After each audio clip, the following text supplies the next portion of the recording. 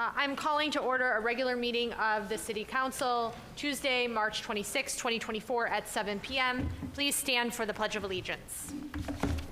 I pledge allegiance to the flag of the United States of America and to the republic for which it stands, one nation, under God, indivisible, with liberty and justice for all. Roll call, Madam Secretary. President Rogancy. Here. Councilman Dwyer. Here. Councilwoman McGee. Here. Councilman Boyke. Present. Councilman Noonan. Here. Councilman Lafferty. Here. Councilwoman Moore. You have a quorum, Madam Chair. Thank you. Next item. Next item is 4, adoption of the consent agenda. So moved. Support with discussion. Discussion, Councilmember Lafferty. Thank you. Madam Chair, I'd like to remove item 4G as in Gamma and item 4R as in Romeo.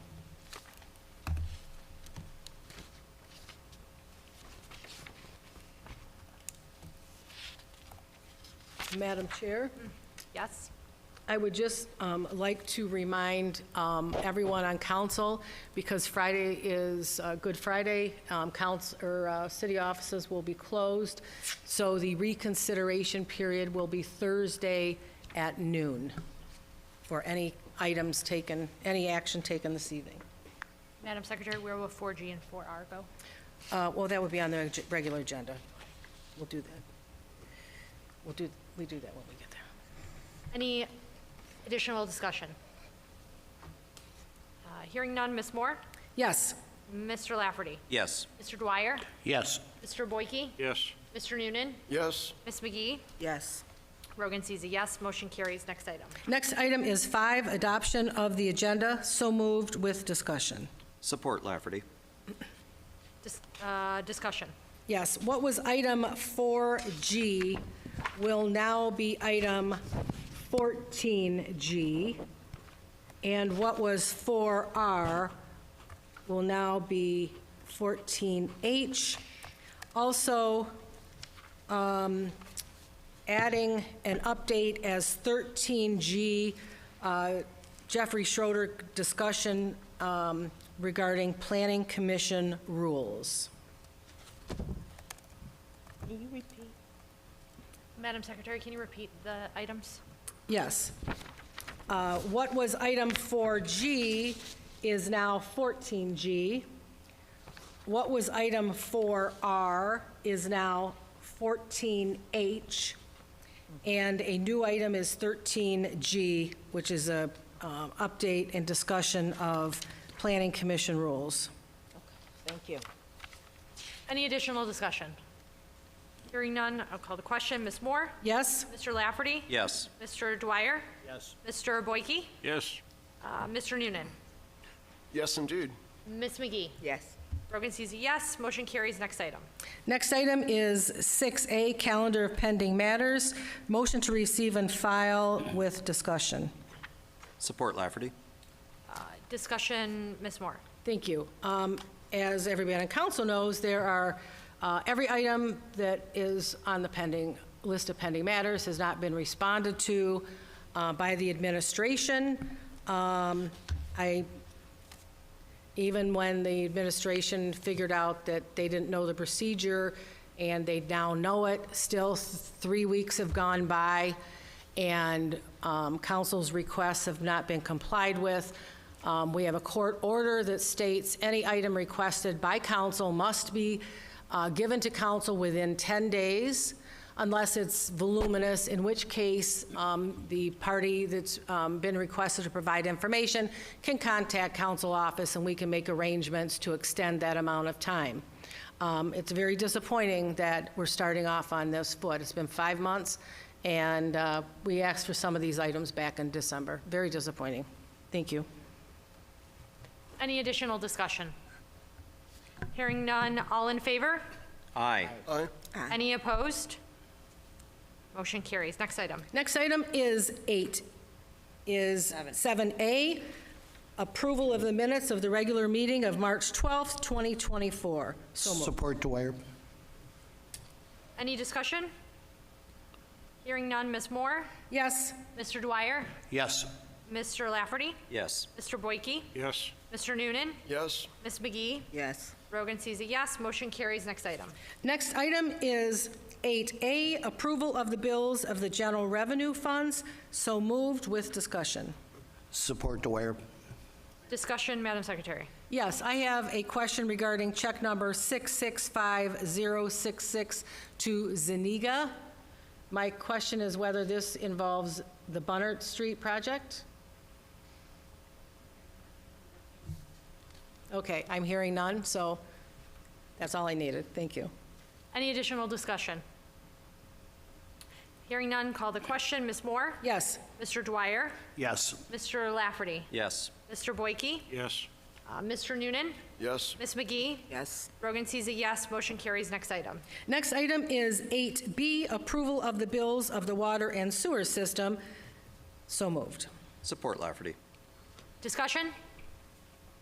Hearing none, I'll call the question. Ms. Moore? Yes. Mr. Lafferty? Yes. Mr. Dwyer? Yes. Mr. Boyke? Yes. Mr. Noonan? Yes. Ms. McGee? Yes. Rogan sees a yes. Motion carries. Next item. Next item is 8C, general fund revenue report. Motion to receive and file. Support Lafferty. Discussion? Hearing none, all in favor? Aye. Any opposed? Motion carries. Next item. Next item is 8D, general fund expenditure report. Motion to receive and file. Support Lafferty. Any discussion? All in favor? Aye. Any opposed? Motion carries. Next item. Next item is announcements. Audience participation. Audience participation. Members of the audience who would like to address City Council this evening may do so under the audience portion by filling out a form located on the right side of the stage. This is a reminder that you must write your name and address on the form or give it at the podium. This portion of audience is for agenda items only. There is an additional audience at the end for all other matters. Everyone has 3 minutes, and we have a new clock that we've used one meeting, so I'd ask folks to continue to offer some grace as I get familiar with it. First up is Nick Bashand.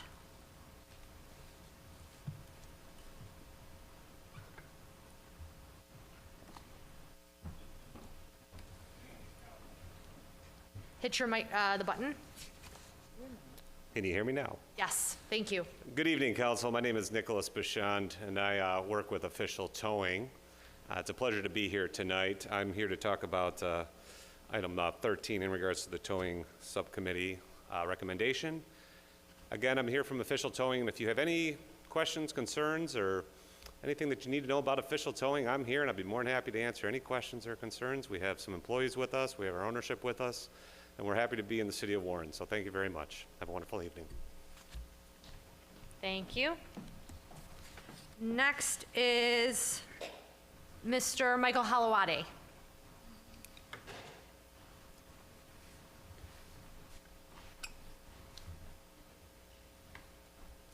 Good evening, Council. I just wish, as far as the party agenda, wish to comment on Council Secretary Moore's agenda item on the boards and commission that she's going to be discussing. Just to let you know, I have applied to be on the Planning Commission. I applied way back in the beginning of February. I realized our current mayor is busy, but I wish that in some form, either email or some other form, she or somebody in her office could contact me, let me know if I'm still being considered or if there are any openings on the Planning Commission. I'm very interested in what's happening and trying to get more active in my city and would like to help in the next step forward. Thank you very much for your time. Thank you.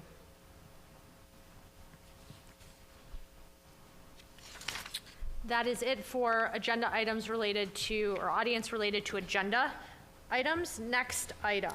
Next item is 10A. The women of Warren would like to make a brief presentation. And ladies, if you would please introduce yourselves when you get to the microphone. Thank you, and welcome. Some of us are a little short here. Good evening, Council. Good evening, all in attendance. I am Rochelle Kelly. I am the Treasurer for Women of Warren. I'm Alex Kelly. I'm the graphic designer on the Board of Women of Warren. Good evening. I'm Monica Papazian, Secretary for Women of Warren. Good evening. I'm Rebecca Zainos, and I'm a part of the Women of Warren. Thank you. Okay. We are the Women of Warren. We're a nonprofit group that is committed to empowering women and the community of Warren. In January, we held a vision board creation event. This is an event we do each January where we discuss, where we create our own vision boards. Basically, why don't you turn, okay, they've seen, turn around so everybody else can see. Vision board basically sets forth your goals for a year in a scrapbooking format. Okay, turn back around. What we did this year, we did a board for the women, for the city of Warren based on conversations we had at the meeting about what different things we want to see for Warren. And we encompassed the four main points that we have in our organization. The first one is diversity and equity, making Warren accessible and enjoyable for everyone. Then, of course, education, which is very important on all levels, providing learning opportunities that empower the community through knowledge. This includes summer camps, supporting teachers and students with free or low-cost programs. And we also have our, as far as the schools, we also do our supplies event, hopefully this summer again. The other thing, which I know has been a big thing in Warren lately, is the revitalizing downtown Warren. We want to work with other Warren representatives to create the downtown that can fill us all with a sense of pride and prosperity. We want some family-friendly shops, hands-on museum, and walkable spaces. We don't want to be the next Royal Oak or Ferndale. We want to be Warren, but we want to have our downtown as well. We look forward to pursuing this vision and helping to make Warren wonderful with all of you. Thank you all for being here, and we thank you, Council, for the opportunity to present this board to you and support your diligent efforts that you are working with to try to improve Warren along with us. Thank you.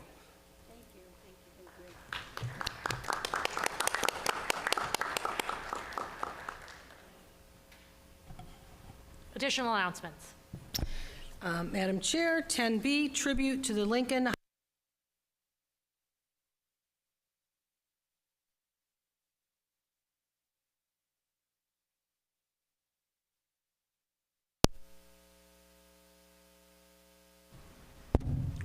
Can you hear me if I talk loud?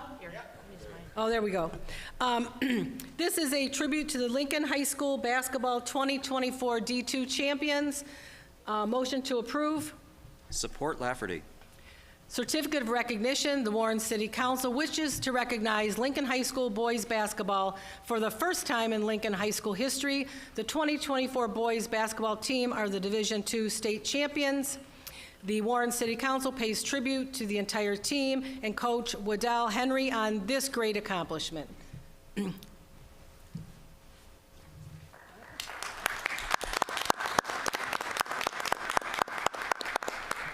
All in favor? Aye. Any opposed? Motion carries.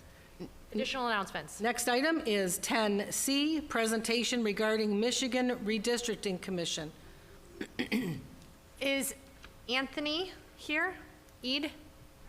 So I was contacted, Anthony is from the Citizens Redistricting Commission for the state of Michigan. As many of you may or may not know, we are impacted by a lawsuit where some of our House districts are being redone as well as our Senate districts, and Anthony had requested to come and give a presentation for us on what is currently happening.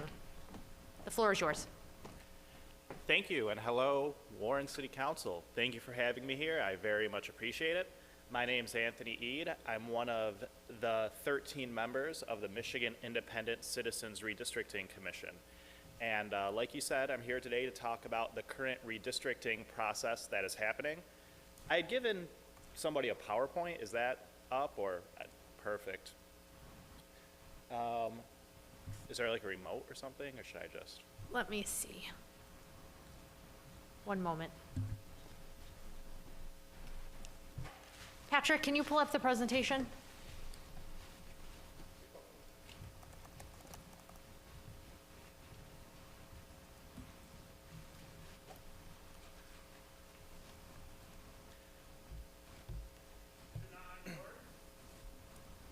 No. It was. Is it on the screen? No. No. No. It Correct. was. It was, and then it wasn't. That's okay. I can just do it orally. Okay. If you all want. I don't want to take up too much of you and the public's time today. But for 40 years, the state of Michigan was gerrymandered. And in 2018, a grassroots organization called Voters Not Politicians led an amendment to the Constitution to take the power away from the legislature in doing redistricting and gave it to a body of 13 regular everyday citizens. About 10,000 people applied to that commission, and from the 10,000 people that applied, there were 5 independents, 4 Republicans, and 4 Democrats selected to serve on it. And we've been on this commission since 2020. Now, we originally did this process back in 2020 and 2021 to be done in time for the 2022 election. After that was done, we were sued, actually 4 times, by pretty much everyone. We were sued by Democrats, Republicans, advocacy groups, and, pretty much everybody. And we won 3 of those lawsuits, but lost this 4th one. And because of that, we are currently in the process of redrawing some of the districts for the Detroit area. We had to redraw 7 districts for the state House map, and we have to redraw another 7 for the upcoming Senate districts. And the city of Warren is part of this area in Metro Detroit that is likely to be redrawn. We got done doing the Michigan House redraw about 3 weeks ago now. We are waiting to hear if the court will accept it. I do expect that they will accept it. However, they have purview over if they will choose the map that the commission drew in public using public input, or they have another option of choosing a special master's map that from a guy who they appointed. That map was drawn in private, and we don't know what that one looks like yet. So hopefully they pick the one that at least was drawn in public. But the main reason I'm here today is to talk to you folks and to talk to the citizens in this room about how to participate in the upcoming process for the Senate districts. That process is likely to occur towards the end of April and the beginning of May.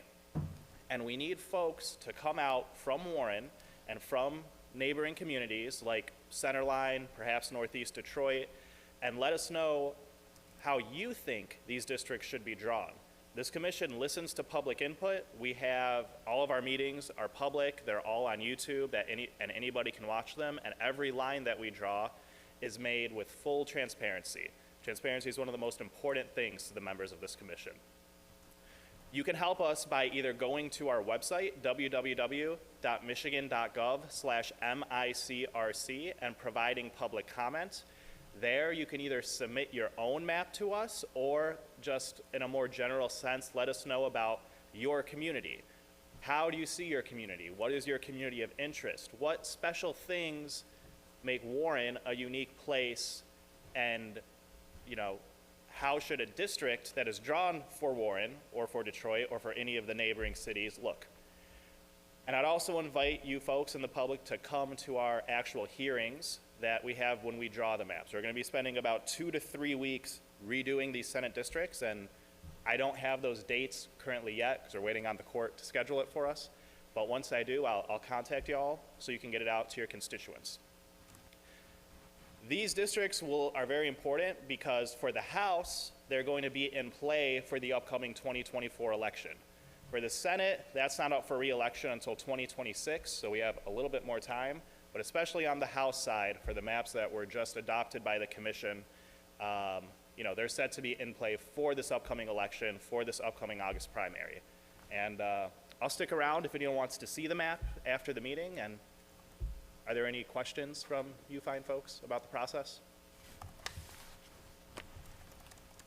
All right, well, thank you so much for your time. We really need to hear from Warren. None of our commissioners are from Warren. I grew up in West Bloomfield, but I've lived in Detroit for about the past 10 years, so I know my area, right? But none of us know Warren, so we really need folks to come out, let your people know, come see us, and let us know how you think these districts should be drawn so we can try to get it right. Thank you. Thank you so much. Any additional announcements? Madam Chair. Councilmember Lafferty. Thank you. Like to extend a congratulations to the cast and crew of the Warren Civic Theater and their performance this past weekend of Cinderella. They were on this stage. They did a terrific job. The boys and girls are future actors and actresses, and the singing, the dancing, the acting was outstanding. They have outdone themselves, and they even left a few pieces of confetti behind for us to find on the floor. Through the chair to Ms. Moore, it was even suggested that we add a confetti cannon at the end of each agenda to adjourn the meetings. So, Madam President, the role and responsibility of sweeping the stage would fall to you as president. Of course. And so, very much appreciated going to those shows. They were terrific. Sold out audiences for several of the shows, which is a good and bad problem. And good because the Civic Theater is bringing in a lot of people, a lot of attention, and by every right it should. Bad in the sense that it does highlight a issue that we have in the auditorium. Our auditorium is outdated. It was intended for a high school auditorium, for high school use. Now, it was refurbished when this building was purchased in the very late 90s, and it has held up okay, but it does need some work. And so it does highlight some of the other items that this council and this new administration needs to address. And so I will renew, I did bring this up in the prior term, we need to have a needs analysis by the Parks and Rec Department of the entire Warren Community Center. If you go into any of the conference rooms, there are tube televisions hanging on the walls with VCRs. These televisions haven't worked in probably a decade. The carpeting is worn. We need new paint in all of the rooms. The lighting is suboptimal. There are many items that probably need to be addressed that I'm not mentioning, but we do need to have public input. I believe the Parks and Recreation Department is well aware of these needs already, but I'd like to see a proposal come from the administration to begin seeking public input of what the Warren Community Center 2.0 looks like. And so that will also, and that should also extend to the Fitzgerald Recreation Center and to Owen Jacks, as we have those two buildings that are very important to Parks and Rec and our organizations. So do want to bring that to the council's attention. And then for all families and friends here in Warren, happy Easter to everyone that celebrates. Thank you. Thank you. Any other announcements? I would also echo Happy Easter, also for those who are observing Ramadan, the Holy Month, and anyone else who's observing anything religious. This month is a religious month for many folks. I would like to, I missed Mr. Watts, Gary Watts, for audience on an agenda item, so I'd ask the council to motion to suspend the rules so that Mr. Watts can give his 3 minutes on this particular agenda item. Motion to suspend the rules. Support? Hal? Okay. Henry? Okay, yep. Thank you. All in favor? Aye. Any opposed? Just this once. Mr. Watts, you have the floor. My apologies. I get 6 minutes now. It's not a big deal, thank you. I come before you tonight, number one, as Ms. Moore said earlier, 5 months. Boards and commissions aren't filled. Meetings are being canceled. Talked to Mr. Boyke earlier. Downtown Development Authority's been canceled again. Maybe council needs to find out how are those bills being paid? It's a great question, huh? So you need to find out about that. The other thing that's on the agenda tonight that's a big concern of mine, because I actually worked on that some too, was Landmark Estates. The city administration, the attorney's office, in my opinion, has failed the citizens of this community by letting Landmark Estates continue in the shape they are. I hope you guys deal with that tonight.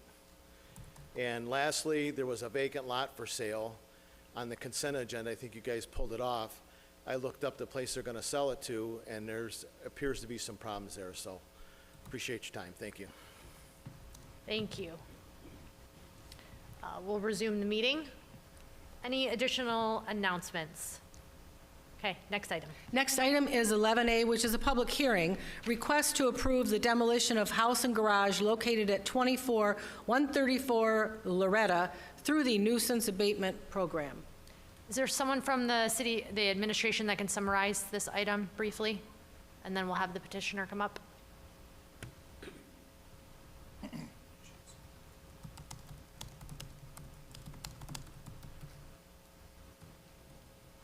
Good evening, council.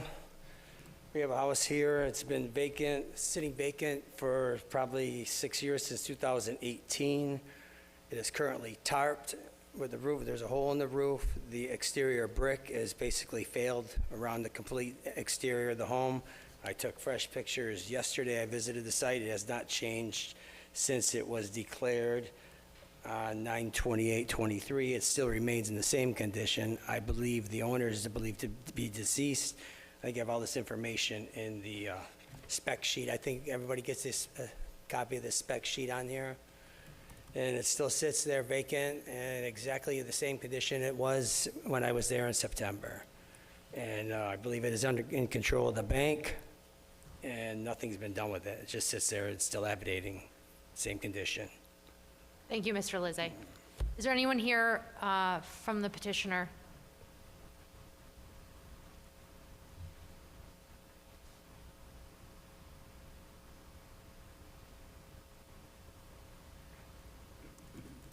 Can you give your name for the record?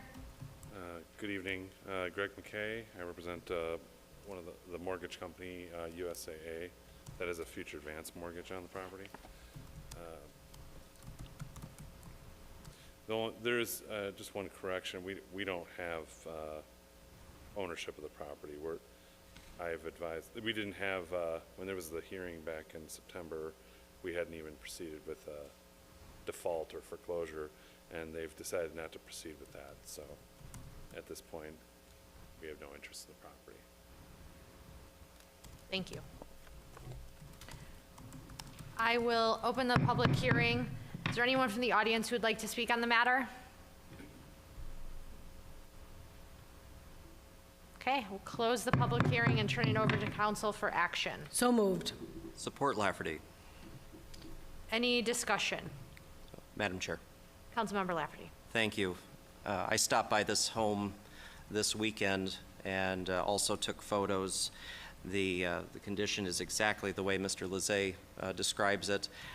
In fact, of all the homes that we have unfortunately had to remove, I have never seen brick in the condition that this is in.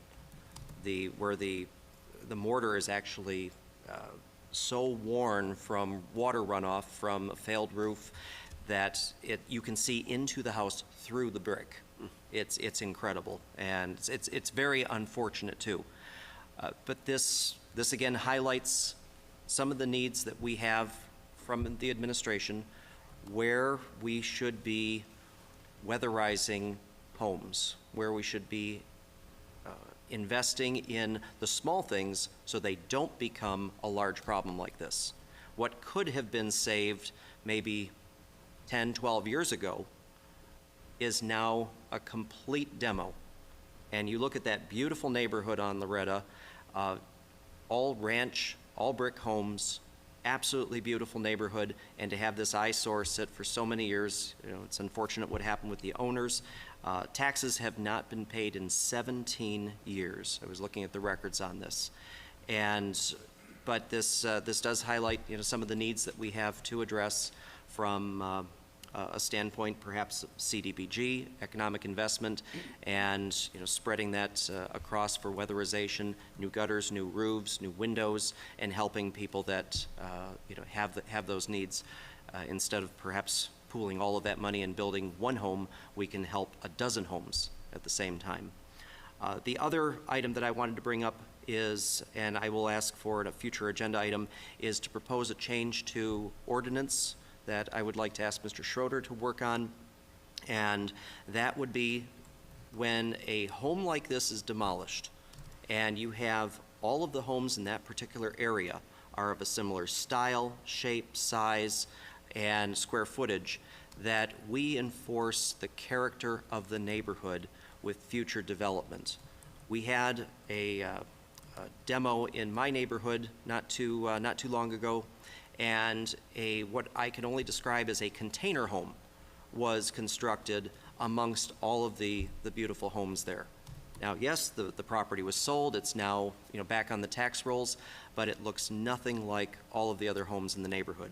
And I would like to have some consideration with the building department, perhaps, and zoning, their input, to help craft an amendment that would give us a little bit of teeth that we can, put into our ordinance and guide the repairs or the new construction to fit the character of the neighborhood. Thank you. Any additional discussion? Hearing none, I will call the question. Ms. Moore? Yes. Mr. Lafferty? Yes. Mr. Dwyer? Yes. Mr. Boyke? Yes. Mr. Noonan? Yes. Ms. McGee? Yes. Rogan sees a yes. Motion carries. Next item. Next item is 11B, which is administrative hearing. 1, proposed resolution approving amendment to planned unit development agreement between Grand Saqua and the City of Warren for the development of Heritage Village. 2, amendment to the Heritage Village PUD agreement for use and parking requirements located to the west side of Mound Road, approximately 850 feet north of 12 Mile Road, commercial component C of Heritage Village, planned unit development, Section 8, 29505 Mound Road, Matt Levitt, Meyer Inc., petitioner.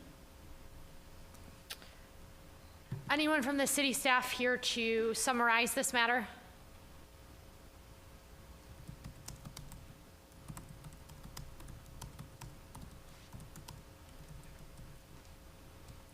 Good evening, Ms. Michaels. Madam Chair, good evening.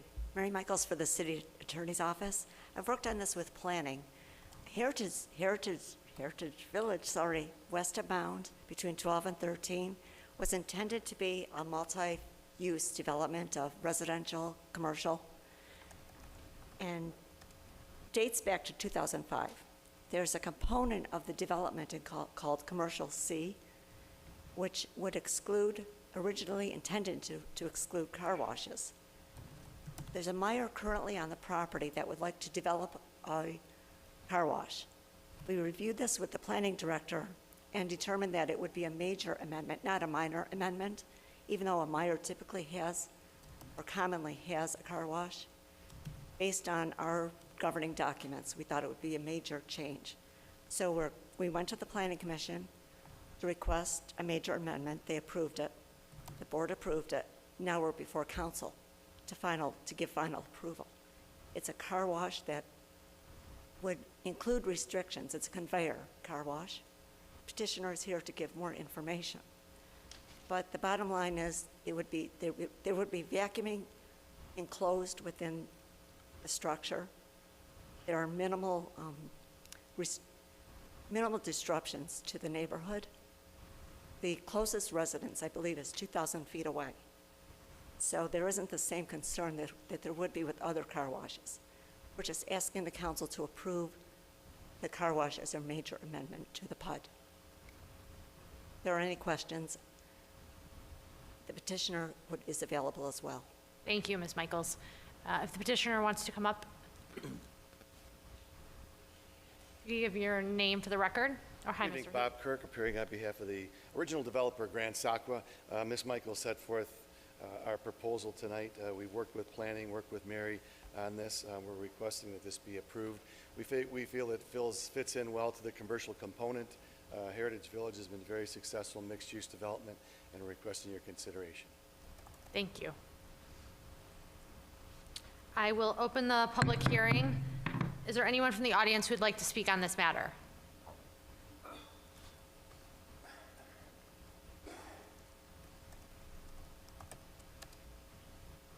Joel Valen, longtime Warren resident. Please tell me that the mayor can come up with something better than another car wash. I mean, really, seriously, we have a car wash which is just north of 13 Mile Road on Mound Road, not more than 4 blocks away. We have another car wash at the old McDonald's at 12 Mile Road in Mound. We have, a car wash, is that what we really need? We need something better, more substantial, something that's gonna last longer than another car wash. I mean, we can do better. I think we should do better. I expect better than another car wash. Nothing against these people. I just 3 car washes within a mile location. That goes beyond absurd, excuse me. I hope he votes this down. I hope he can find better use of that land, have something more substantial that will last, and do the city well. Thank you. Thank you. Anyone else from the audience want to speak on this item? Okay, I will close the public hearing and turn it over to council for action. Motion to approve Lafferty with discussion. Support, anyone? Support. Councilmember Noonan, support. Discussion, Mr. Lafferty. Thank you. Through the chair to Ms. Michaels, please.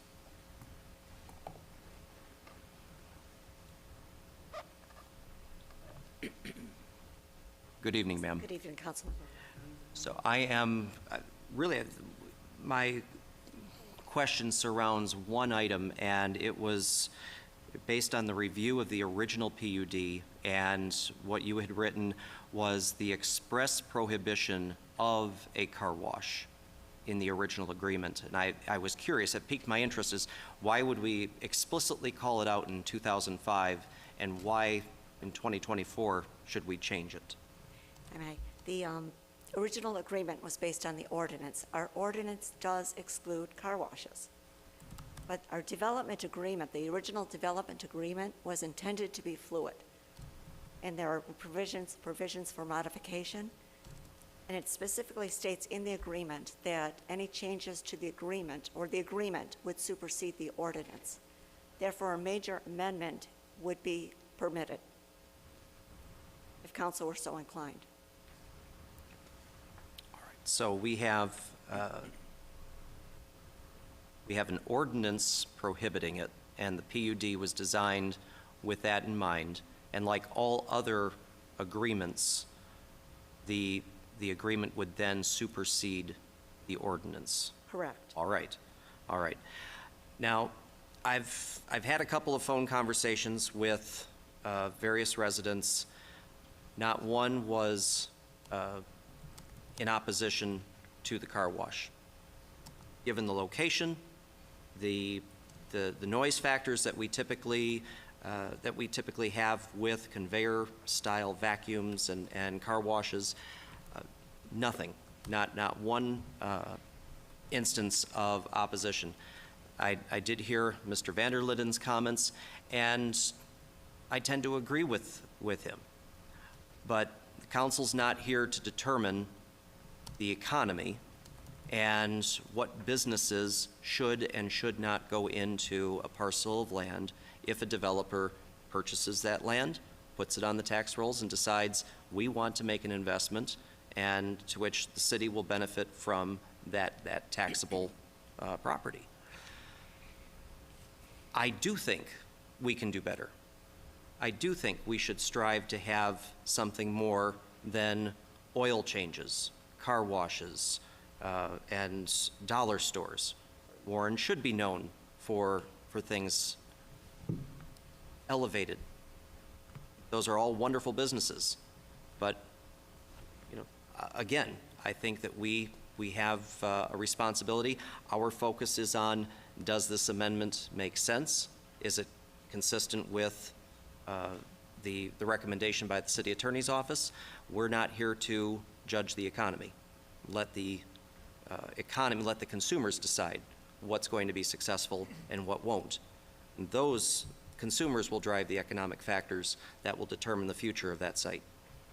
We can be the impetus and start it today. So I have no objection to this. I shop there often. The property's ready, and they can begin putting shovels in the ground pretty I would imagine pretty soon. We're looking at Mr. Crabtree there. Yes? Got a thumbs up. Okay. So thank you. Madam President? Thank you, Councilmember Lafferty. Councilmember Noonan. Yeah, so I'm ex officio to the Planning Commission, and I had a question during the Planning Commission meeting, the last Planning Commission meeting on this. I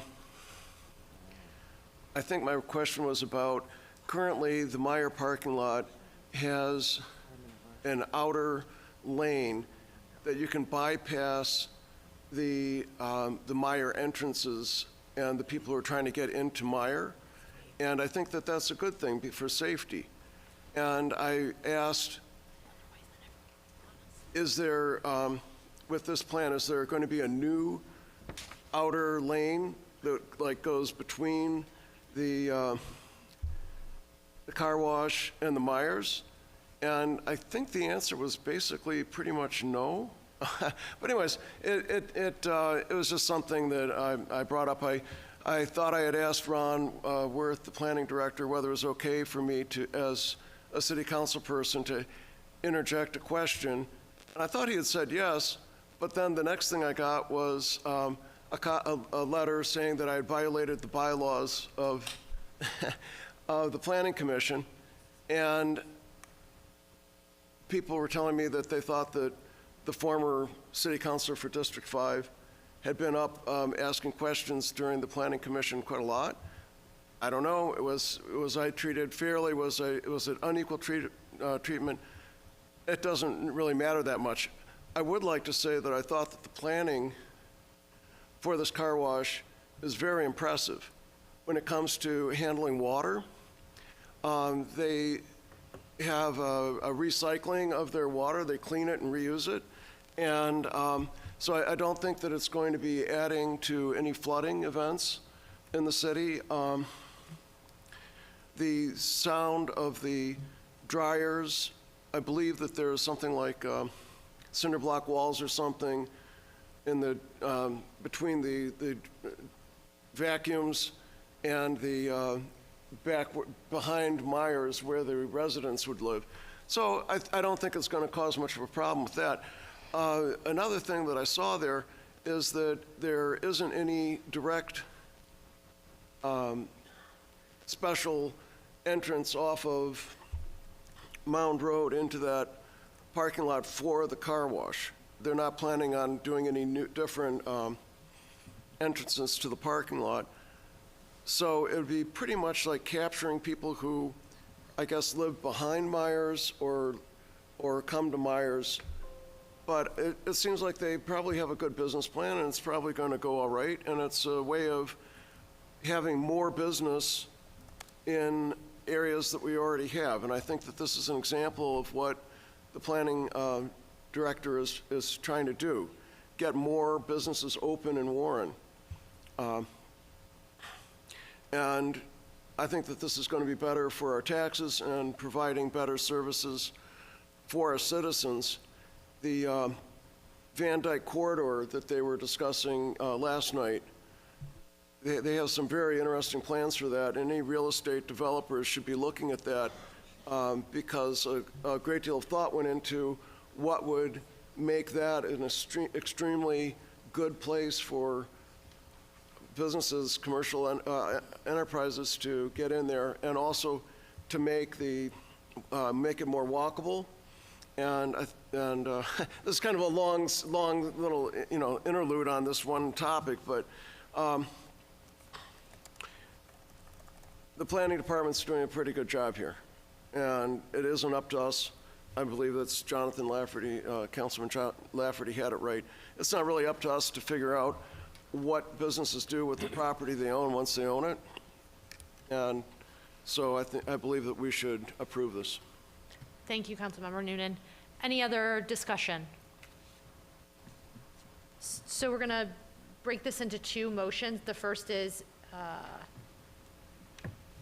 1, and then the second will be 2. So it's 11B1 and then 11B2. So 11B1, I have a motion from Councilmember Lafferty and support from Councilmember Noonan.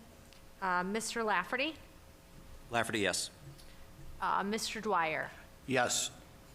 Mr. Boyke? Yes. Oh, sorry, Mr. Noonan, I missed you. Mr. Noonan? It's okay. Yes? Ms. McGee? Yes. Rogan C is a yes, motion carries. Next is 11B2. Motion to approve with discussion. Support? Discussion, Councilmember Lafferty. Thank you. Through the chair to the Planning Department. I see Mr. Crabtree there.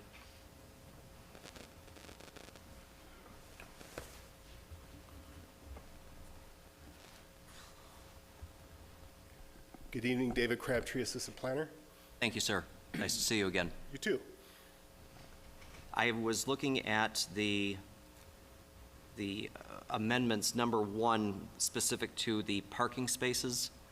Now, this is only specific to, is this specific only to the Meyer parking lot, or are you adjusting the spaces, 5 spaces per 1,000 gross square feet for building area to 1 space per 300 gross feet? Does this only apply to that particular section, or does that apply to the entire PUD for any other future developments? I believe that would affect the entire PUD. Okay. All right. The follow-up I have to that is, if you drive over to that parking lot, you will see that after they resurfaced their lot, which was very needed, very much needed, they restriped all of the parking spaces in yellow. All of the accessible parking is also in yellow. And it was brought to us by a resident. We went out, verified it, it was sent to the administration.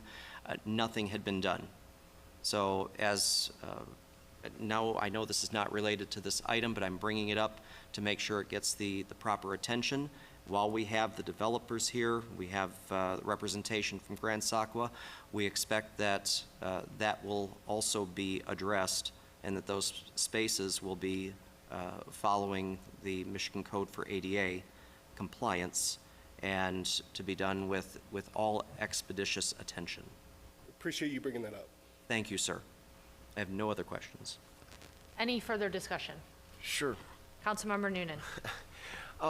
So, Dave, this change in numbers of parking lots, parking spaces needed per square footage of retail space, that's pretty much a change for throughout the city, isn't it?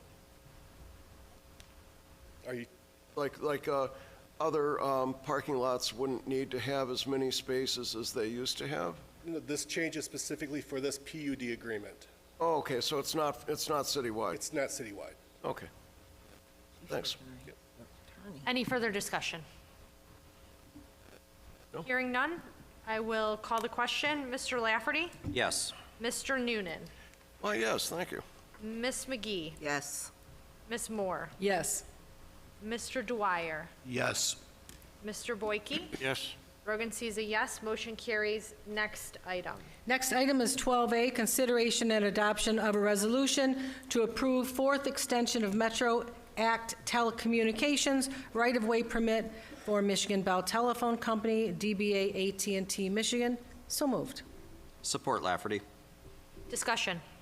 Discussion. Councilmember Boyke. Through the chair, Ms. Michaels.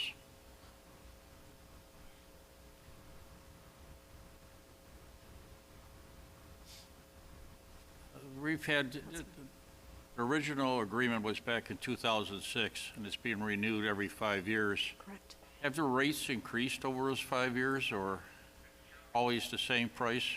I'm sorry, there was competing noise. I'm sorry. Every time the lease, the permits are granted, the amount of money that's we receive from the Metro Acts Fund, does that change every 5 years? No, unfortunately, we are bound by the state law, which is 5 cents per linear foot. Okay. That's established by statute. It's non-negotiable. Okay, and just for clarification for me, what are some of the uses that we use it for? Telephone service, telecommunications services, internet, whatever AT&T uses its facilities for in the right-of-way. That would obviously be part of the, whatever facilities they have in our right-of-way would be used for telecommunication services. Okay, thank And you. that's telephone and internet for the most part. Yield back to the chair. Thank you. Madam President. Councilmember Lafferty. Thank you. I would like to remind the administration, when they are sending items over to us where a contract expiration is approaching quickly, that, and I do know that we receive notice that contracts are coming up for renewal, and we get those on a quarterly basis from the clerk's office. This contract expires on Sunday, the 31st. If this council had questions, if Mr. Boyke wanted to offer an amendment and Ms. Michaels had to go back to the MPSC or AT&T or one of the other, whatever the contractee would be, we wouldn't have enough time to meet the contract renewal deadline.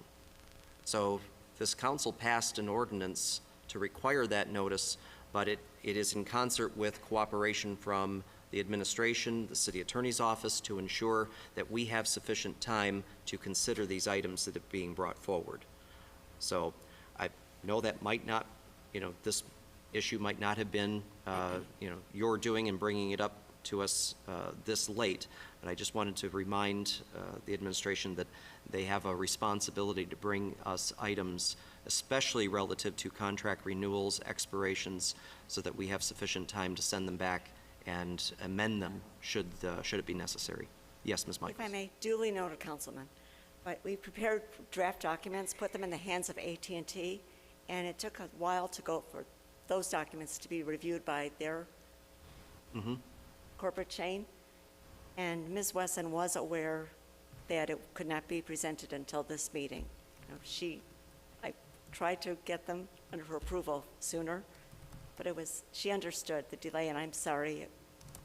I'm not seeking an apology. I notified council it was coming, but it has been in the hands of AT&T. I just got the approval recently. Okay, and I don't know what the system is typically with when I'm reviewing or revising contracts professionally.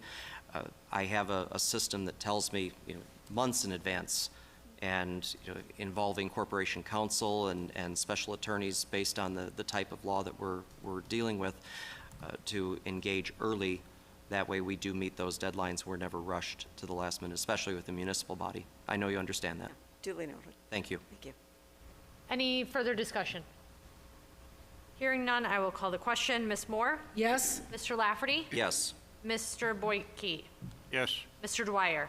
Yes. Mr. Noonan? Yes. Ms. McGee? Yes. Rogan Sees a yes. Motion carries. Next item. Next item is 12B, consideration and adoption of a resolution approving amendments to the 2023-2024 HOPWA agreement between OLHSA and the City of Warren for tenant-based rental assistance. So moved.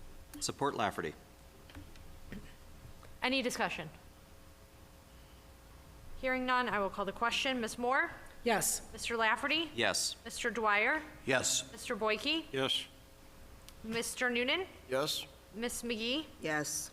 Rogan Sees a yes. Motion carries. Next item. Next item is 13A, Council Secretary Mindy Moore, discussion and reappointment of Nancy Cooper Green to conduct a license appeals hearing for Beauty Graceful and Health Spa at 5819 13 Mile Road, Warren, Michigan 48092. So moved. Support Lafferty. With discussion. Discussion, Ms. Moore. Yes, thank you. There is a Beauty Graceful and Health Spa lost their license, the police, because of police action, and they have applied for a new license, and they have to be given a hearing to reinstate their license. Council has to approve it. Certainly, we're not hearing officers here, so I'm requesting that we appoint Nancy Cooper Green. She was a former chief assistant attorney for many, many years here. She lives in the community, and I think she would do a fine, partial, neutral job of being the hearing officer for this hearing. We don't have a date yet. She would be in charge of that. It's my anticipation that she would be paid, what a visiting judge would make at the district court. We'll figure that out if we have money in our contractual or administrative allocative. We can work out those details when we do a final. Any additional discussion? Madam President, Councilmember Lafferty. through the chair to Secretary Moore, do we have the ability to appoint her as a standing appointment so that when these come up, they're just handled? So through the chair to Mr. Schroeder, perhaps? I'm just wondering, these don't come up very often. Twice in the last 5 years, I think. This is the second time. And the first one was canceled. Right, I remember that This one. was the same issue, I think, or it's the same kind of business. I'm only seeking from a efficiency standpoint, if we shouldn't have a standing appointment for a period of 3 years and, maybe bring it up as an item. Do you have an answer there, Mr. Schroeder? It's a case-by-case basis? Okay, It's okay, so it doesn't come up that often, and it's not that inconvenient. fair enough. Thank you. Can you make the part of the motion that the wage or the rate would be the same as a visiting judge? Yes, I would make the motion that the rate she's paid would be the same as a visiting judge in 37th District Court. I'll support that amendment. Any additional discussion? Hearing none, I will call the question. Ms. Moore? Yes. Mr. Lafferty? Yes. Mr. Dwyer? Yes. Mr. Boyke? Yes. Mr. Noonan? Yes. Ms. McGee? Yes. Rogan sees a yes. Motion carries. Next item. Next item is 13B, Council Secretary Mindy Moore, discussion and array boards and commissions. So moved. Support Dwyer. Support, or motion Moore, Dwyer, support, discussion, Secretary Moore. Thank you. We still have a problem with our boards and commissions, ongoing problem. I happened to attend the Library Commission meeting last week, and there is a member who is actually the vice president of the commission who's not been appointed according to the charter provisions. He's a great board member. I'm not saying that he's not, but we need to follow the charter on the appointments to our boards and commissions. And it's a simple matter of the mayor sending over that appointment to council and notifying us of it.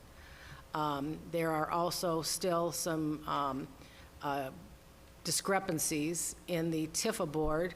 I think there's only 2 members that have been rightfully approved through the charter procedure, and there's other boards and commissions that are lacking members. And, I think we need to get rolling. It's been 5 months, and we have to be functional. And people are asking us, who's appointed? Am I getting reappointed? There were certain people that were appointed, quote unquote, by the former mayor on his way out between the election and when the new mayor took office.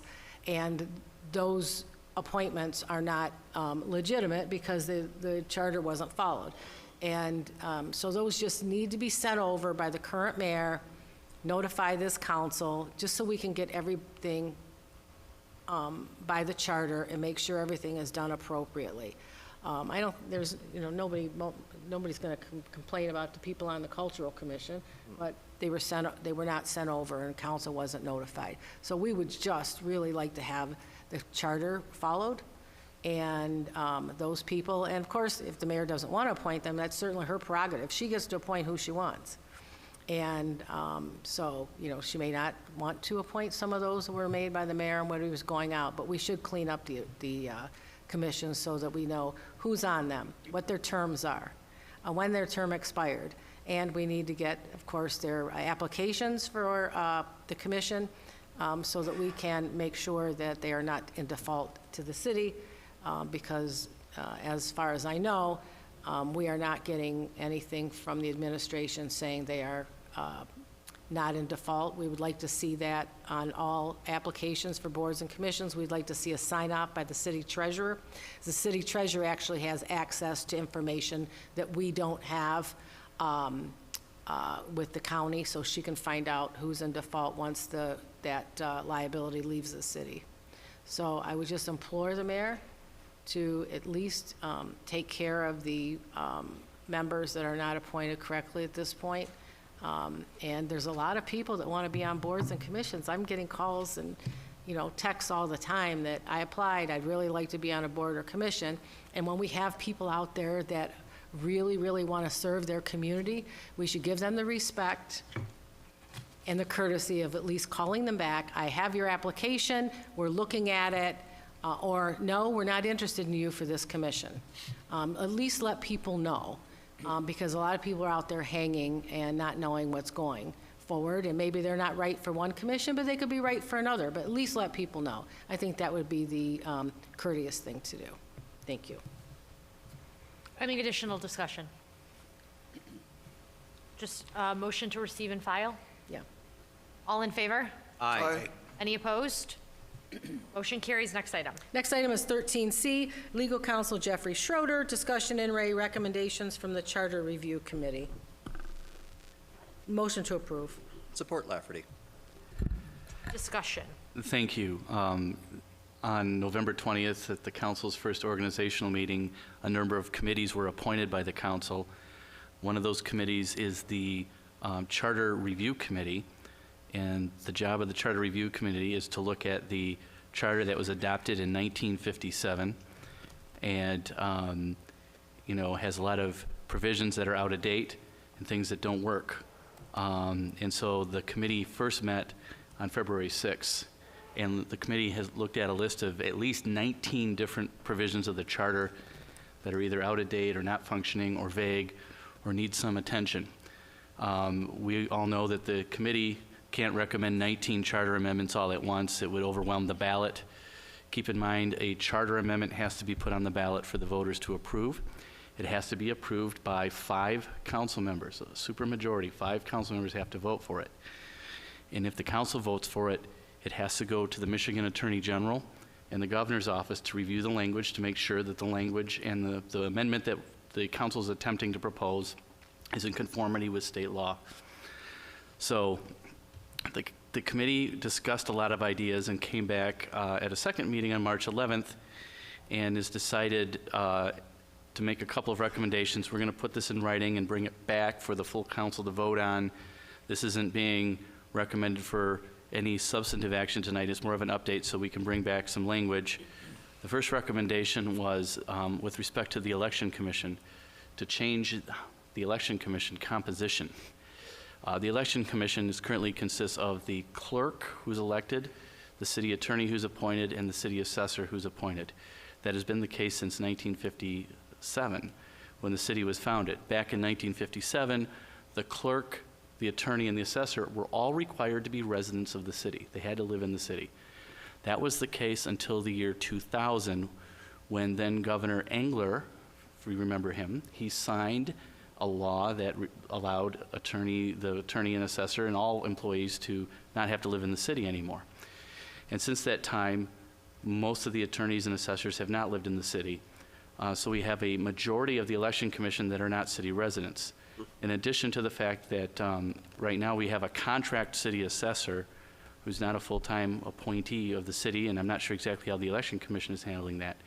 So the committee looked at the top 20 cities in Michigan by population and looked at how these election commissions are comprised. And it's really a lot of varying approaches by different communities. Sterling Heights has the city clerk and 2 citizens appointed to sit on the election commission. Some communities have the assessor, like Warren, and we really focused on the assessor as something that might need a change. And the recommendation from the committee moving forward is to ask the voters if they want to replace the assessor with a citizen appointee to the election commission, just a resident who sits on the commission like they have in Sterling Heights. Sterling Heights has 2. There are a number of other communities that have this. There are various other options available. The reason for this is that the committee is recommending it. Number one, a majority of the commission members will be city residents, as I just explained. Currently, the city assessor is being contracted. That would allow the city more flexibility in contracting with the county or a contract assessor without having an assessor sitting on the committee. Also, when we come around to the redistricting issue, which was very contentious, very, very contentious previously, it would ensure one more citizen is sitting on the redistricting commission instead of an appointed city official. Also, we can address the issue of substitution of election commission members by city staff. The current charter essentially allows for sitting members of the commission to appoint people to sit in their stead if they're not there. That seemed to be an issue at the committee. We heard from some residents that didn't like that. They show up to an election commission meeting and it's not the clerk or the assessor or the attorney, it's someone else they appointed to sit in their place. And that's something I think that needs to be addressed according to the committee. So we're looking for a proposed charter amendment for the August 6th primary ballot, which would replace the assessor with a citizen representative on the election commission. So that's number one. Number two is an issue dealing with partial terms. We were in extensive litigation last year, and it had to do with partial terms. It's a little bit unclear in the charter. Currently, as we know, the charter says the greater of 3 complete terms or 12 years is the limit for any city elected official in any position. And it doesn't address partial terms, so any partial term you serve doesn't count. So one issue that kept coming up was someone could serve 3 years and 11 months and resign at the last minute, and that whole term wouldn't count for term limits, and they could keep doing this over and over. Of course, that hasn't happened yet, but the door is open for that.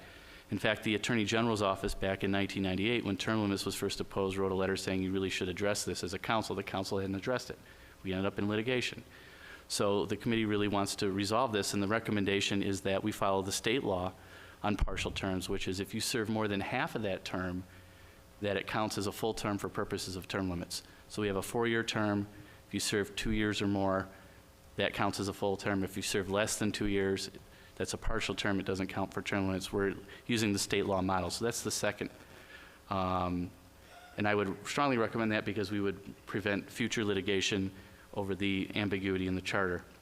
Third issue that we discussed that we're recommending no action on right now, but it's an issue that we're going to monitor, which is the conflict between the city charter and state law when it comes to the terms, the ending of the term of office and the beginning of the new term. So historically, since 1957, when there's a mayoral election and a council election, the new officers would take their office the Monday following the election. So you have an election on Tuesday, and they count the votes, they certify the election, and the following Monday, they're starting their new term. And it's a really quick turnaround. And this really came to a head last year in the election when the new state law, which requires 6 days for clerks and county clerks to count military and overseas ballots. They have to wait 6 days after the election for these ballots to come in to make sure military and overseas ballots are counted. And that conflicted with the charter, and we had that extra week. And I know, having been around the city for a number of years, this has always been a concern because it's such a quick turnaround. I remember when Mayor Fouts took over, I was in the city attorney's office, and he didn't like the quick turnaround because, you know, it's so quick after the election that you're taking office that the transition is not smooth. So I had the opportunity to speak about this to the State Bar of Michigan last month at a conference with the government attorneys. There were 75 government attorneys from all over the state, and I just brought the issue up, and I suggested that it's really difficult for the council and the city to solve this problem because you have to extend your own term of office to solve the problem, and nobody wants to vote to extend their own term. I don't know, maybe one person does, but I don't know. But you don't want to extend your own term, so there should be a state law fix. And after I spoke, the attorney for the legislature was there, the Michigan House Representative. She approached me and said she was there to take notes, and she really liked the suggestion and wants to take this back to a committee in the State House to see if they could push a change, because there were other communities there, I think East Lansing, Troy, there were other communities where this was a big issue. So we don't want to make propose a charter amendment at this time for that, but just move forward and interact with the state legislature and see if they can propose a fix so that we don't have this situation again. I would fear a situation where we had an election on Tuesday and there was like a recount, it was a really close election, and the recount's still going, and you're supposed to have already taken office, you know, the next Monday. That's too quick. So that's the recommendation, is to try to not make a charter amendment out of it to see if we can have a state law fix. But the other two, the proposal is to maybe bring back some language for the council to look at. Of course, the council will have the final say on the language for changing the election commission and for addressing the partial terms. We have a number of other issues the committee will look at moving forward. We talked about the redistricting process, maybe taking another look at that and the shape of the districts to see how that could be changed moving forward. Something just came up the other day about ex officios and some issues we can talk about later, but those are the recommendations for now. I can answer any questions. Thank you. Any questions or discussion?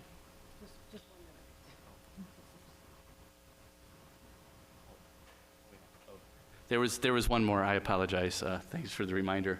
And that has to do with the city charter requires all this, a certain number of bulletin boards with posting for meeting notices. It takes up a lot of effort when we now can use the internet to do so. So we want to come back with a reform for that as well, just to save some money and be more efficient. Any additional discussion? Madam President? Councilmember Lafferty. Just a question through the chair to Mr. Schroeder. The item number 3, and you talked about the seeking a state law change. Are you asking for us tonight to send a letter or any correspondence relative to that, or is that something we're going to come back to later? We'll just ask for the council's approval to move forward with discussions with the attorney at the legislature to see if they can come up with a proposal, and then we can report back. And if we don't see any movement on this within a year, we can decide other options. Okay. Yeah, I'd like to see our legislative delegation, our lobbyist, certainly start working on our behalf to help that. And then with Mr. Schroeder's guidance, I think we'll be successful there. Thank you. Any additional discussion? So I'll motion to receive and file unless you need a formal motion to. Just to bring back the language. Okay, so the motion to bring back the language and have Mr. Schroeder continue conversations with the state legislature. Ms. Moore? Yes. Mr. Lafferty? Yes. Mr. Dwyer? Yes. Mr. Boyke? Yes. Mr. Noonan? Yes. Ms. McGee? Yes. Brogan sees a yes. Motion carries. Next item. Next item is 13D, Towing Subcommittee Recommendation approving the City of Warren towing list. So moved. Good discussion. Support Lafferty. Discussion, Councilmember Moore. Madam Chair, this towing committee met last week, I guess. Everybody on the proposed list is qualified.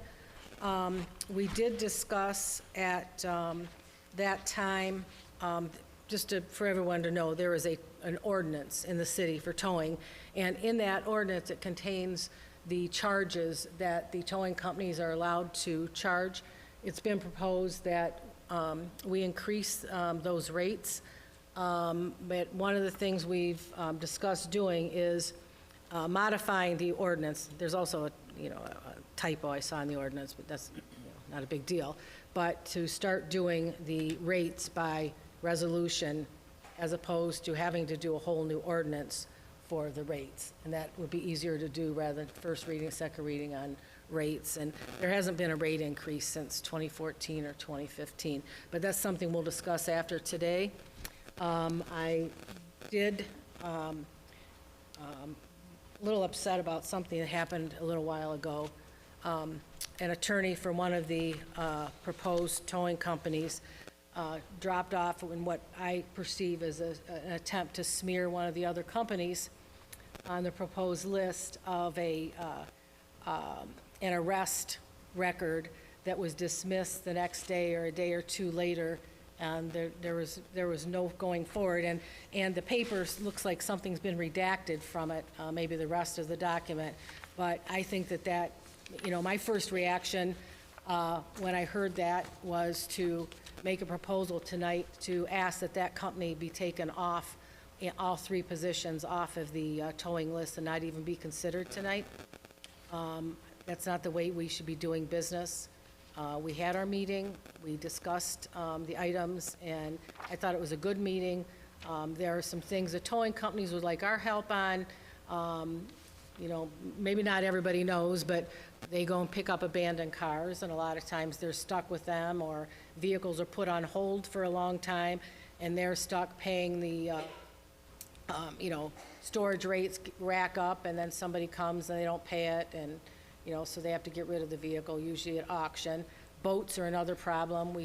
I think we should put our heads together and try to come up with a better answer on how to deal with that. Maybe we can deal with, some with DPW and some other, or sanitation, how to come up with a better, because they're losing them a lot of money dealing with picking up boats, because people they just sit them on the street, and then we have to go, they don't want to get rid of themselves, so we have to go and have them removed. So there's a couple things, but I think we can deal with those things when we deal with the rate, if we decide we want to do a resolution for the rates as opposed to ordinance, but that's something we can decide later. Any additional discussion? I have two items. One is, I believe, one or two of these entities is owned by Mr. Nooner, who was here, and there was a request for him to go before ZBA, and I don't know that happened, and I don't know what the follow-up is. Ms. Camp sent me the result letter from that meeting, but I don't know that there was any resolution to what we had requested. So I would love some discussion on how to resolve this. I would not necessarily want to continue to keep them on the eligibility list. If there is some outstanding item, I don't know what the legalities are, and maybe Mr. Schroeder can speak to it, and we can come back to the item or bifurcate it if needed. Mr. Schroeder? Sure. At this point, I think you have a report that they're all qualified, and all companies on the list are qualified. And I think we'd have to do a little more investigation to see if that's resolved or not, and go back through the process we went through before. I believe that there were some issues. There was a suspension of the company. It came back to council. They were reinstated. So I think we would have to follow that process. So I think maybe send it back to the administration and police department to follow up on where we are with that process, and if something isn't being done properly, see what effect it would have on this. But for now, the report you have in hand is that they're all qualified. Thank you. So a second motion we could make would be to send that result letter and ask for additional inspections, or what the administration would do for Nooners, and to report back to council on where that stands. Madam Chair, if I may. Also, Mr. Schroeder can explain this. Any company can be taken off the tow list at the request of the police commissioner, council. So we are not entering into a contract with anyone. We are allowing them to be on the list, to be on the call this one, call this one, call this one, right? Am I correct? That's correct. You're establishing an eligibility list for, as an active police tow list for the city. We're not approving a contract. The mayor and clerk aren't going to sign a contract. This is an approval to be on a list. They rotate that list. They're all deemed eligible by the clerk. So, and there's remedies, suspension from the active tow list. We saw that in the last year or two. The police commissioner can, first of all, the police commissioner has to recommend to the towing committee for any suspension. I think that's what they skipped over before. But it has to come to the towing committee. And, a first-time violation is a suspension of 21 days. And it goes all the way up to a lengthy suspension or being barred from the list. I mean, obviously, if there's a problem with anyone on that list and they do some wrongdoing in the community or in another community, there are options to suspend them, remove them, or non-renew them in the next year. This comes up every single year. Thank you. Second item that I have would be a third motion to have Mr. Schroeder research a bit about how to make the process for selecting companies more equitable. We've seen in many communities where towing contracts have become hotbeds for corruption, and to make the process going forward as transparent and equitable as possible, I would love to understand what we can do. I know it's an eligibility list, but I think it would be important to try and provide a bit more objectivity to the process. So first motion is Ms. Moore and Mr. Lafferty, which is to approve the list of as presented by the committee. Is there any additional discussion about that? Okay? Madam Chair, could I add to that that we're going to also look into an ordinance for a rate increase? Yes. You know, Mary, should that be a separate item? No, that's fine. Okay. I'll Okay. accept that as an amendment. You'll accept that, thank you. Makers of the motion accepted, so we're voting on the list and also an ordinance around fees. Ms. Moore? Yes. Mr. Lafferty? Yes. Mr. Boyke? Yes. Mr. Dwyer? Yes. Mr. Noonan? Yes. Ms. McGee? Yes. Rogan sees a yes, motion carries. The next is, if I could have someone make a motion in support for Yep. research Yep. around ZBA Nick? and Nooners. So moved. Support Lafferty. Any discussion here? Discussion, just a clarification, just exactly what are you asking for? So the result letter that came over when we originally had was that Nooners had to go back in front of ZBA regarding some open storage and some of the existing things. We had given them somewhat of an extension, I think 6 months, if I'm remembering, Mary. And I don't think that has transpired. These are separate entities, but obviously under the same ownership. So would like to know, are they compliant with, based on the last inspection, and what are next steps for them to make sure that they continue to be compliant? Okay. And I do know that at the subcommittee, I did ask each candidate for their status and compliance. We reviewed the packet that was sent along from the clerk's office, their certificate of compliance, their inspection reports. Everything was up to par based on ordinance, what is required, as Mr. Schroeder has stated.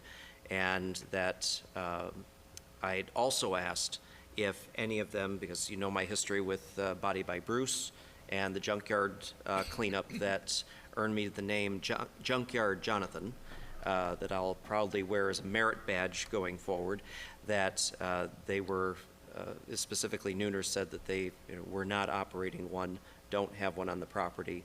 And so I do know from conversation that before his departure, Mr. Cummins did indicate that that matter had been resolved, but I will certainly support a motion to have official correspondence sent to the council office with regard to that. Thank you. Any further discussion? Ms. Moore? Yes. Mr. Lafferty? Yes. Mr. Dwyer? Yes. Mr. Boyke? Yes. Mr. Noonan? Yes. Ms. McGee? Yes. Rogan C. is a yes.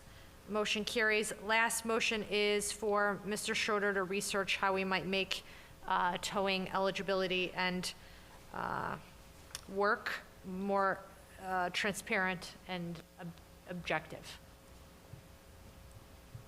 So moved. Jonathan, Councilmember Lafferty is motion, Ms. McGee is support. Any other discussion?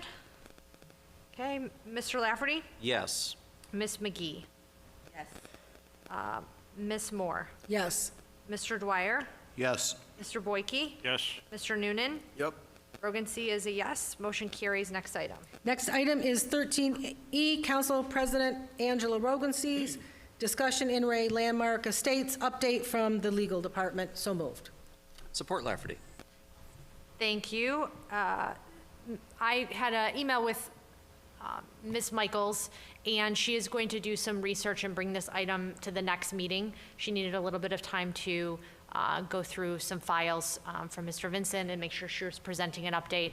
As everyone knows, this is a very important issue to me, and want to make sure that those folks have legal action taken if that's what we need to be doing. So I will entertain a motion to table it. Motion to table. Support. Mr. Lafferty? Yes to table. Ms. Moore? Yes. Mr. Dwyer? Yes. Mr. Boyke? Yes. Mr. Noonan? Yes to table? Ms. McGee? Yes. Rogan C. is a yes. Items tabled to next meeting. Next item. Next item is 13F, Council President Angela Rogencies, discussion in Ray Harmony Transportation. So moved. Support Dwyer. Thank you. So there is a business here in the city of Warren that operates on Van Dyke that does a variety of medical services. I won't try to describe all of them, although I've visited along with a number of council folks. The business is looking to do non-emergency transportation in the city and beyond. And in order to do that through the state, they need a mutual aid agreement with the city. And apparently months ago, prior to our last election, there was conversations with the police commissioner and the mayor's office, and it obviously has not been at the forefront of folks' minds, but these folks are sitting with a number of ambulance vehicles that they cannot operate. And so what I'm asking is, they can't operate because they don't have a license. Asking just to bring this to the administration's attention and give these folks an answer one way or another, whether they're going to enter into a mutual aid agreement, whether they need to find another municipality to do so, but just wanting to make sure that they get an answer one way or another and that the appropriate folks have a look at whatever documentation is needed and bring that then back to council if that's what they choose for approval. So it's just motion to receive and file, really, or a motion to send it over to the administration? Motion to receive and file. Okay. Support Okay, with discussion? yes. I think we're finding out that we're probably going to have to put an item back on the agenda for resident neighborhood district concerns. Yeah, we tried. We did. Any other discussion? Madam President, through the chair. Yeah, yes, Councilmember Dwyer. I think the consideration of going with Harmony Ambulance is really a win-win situation for us. They've been involved in emergency services for 17 years. They've had an office here in Warren for the past 8 years. They have several advanced life support ambulances with state-of-the-art equipment. There's really no obligation by the city to utilize their services. They would be more as a standby mutual aid type as needed situation. And they are also looking at putting in a new office, a second office in the south end of Warren. So I don't see how we could lose. That's all I have. Thank you. All in favor to send this to the administration? Aye. Sorry, motion to receive and file. Aye. Aye. Any opposed? Whatever you want. Thank you. Next item. Next item is 13G, which is Jeff Schroeder, discussion in Ray, Planning Commission rules, motion to approve with quick discussion. Support Lafferty. Madam Chair. Discussion. Yeah, I just want to bring up that Mr. Noonan actually brought this item up, and because there was some issues at the Planning Commission. So Mr. Schroeder is going to give us an update on those rules. Yeah, thank you. I did hear about Councilman Noonan's appearance at the Planning Commission where he was told he couldn't speak on an item.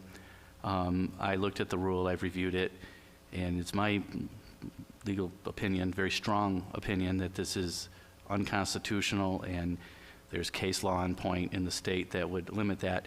So I went and looked at the Planning Commission bylaws, section 4.4, they adopted these bylaws, and what's interesting is maybe just a little bit of background. I don't want to drone on too long, but I think a little background is helpful.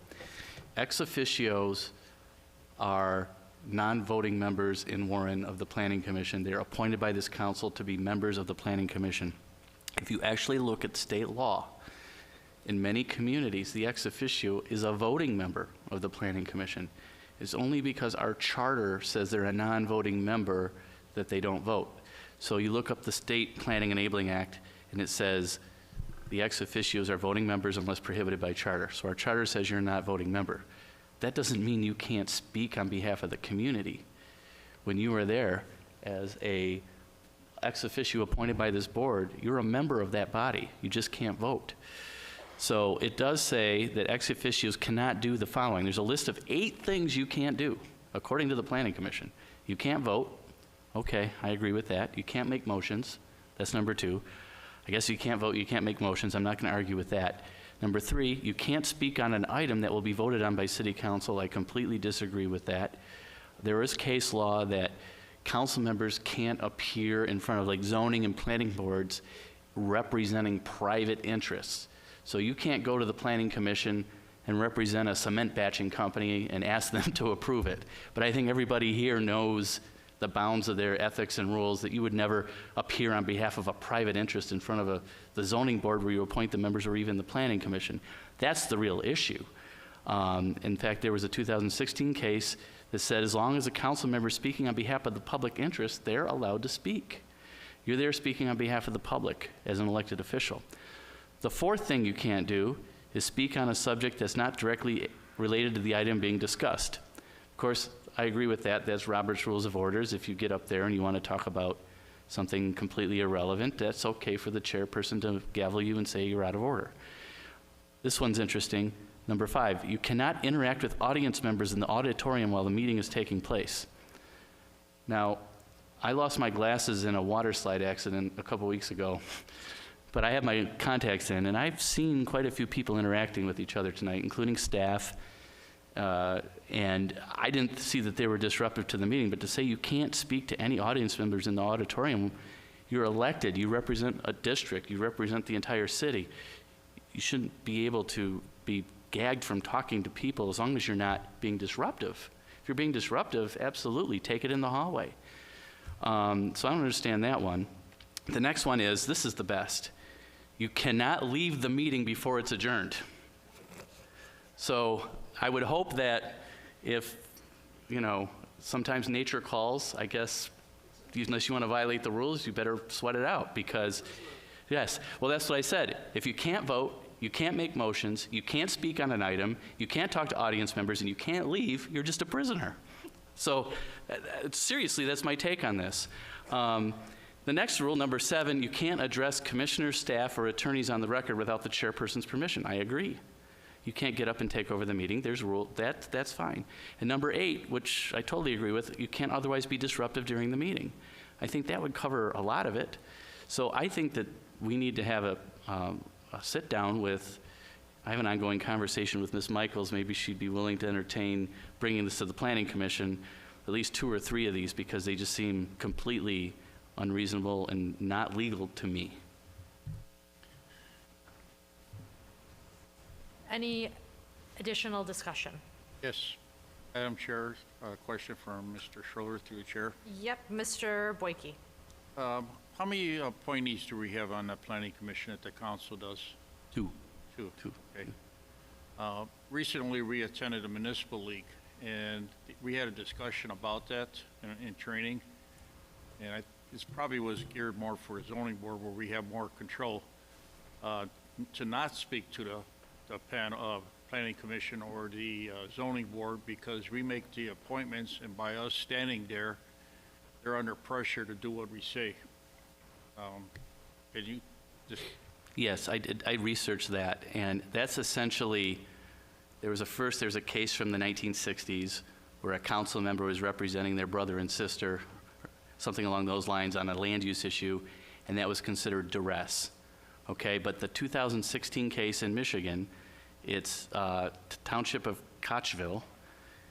Michigan Court of Appeals said as long as you're speaking on behalf of the public interest, you should be allowed to speak. If you're speaking on behalf of a private interest, then you're not allowed to speak. You should be more careful with the zoning board, because the council does appoint the zoning board.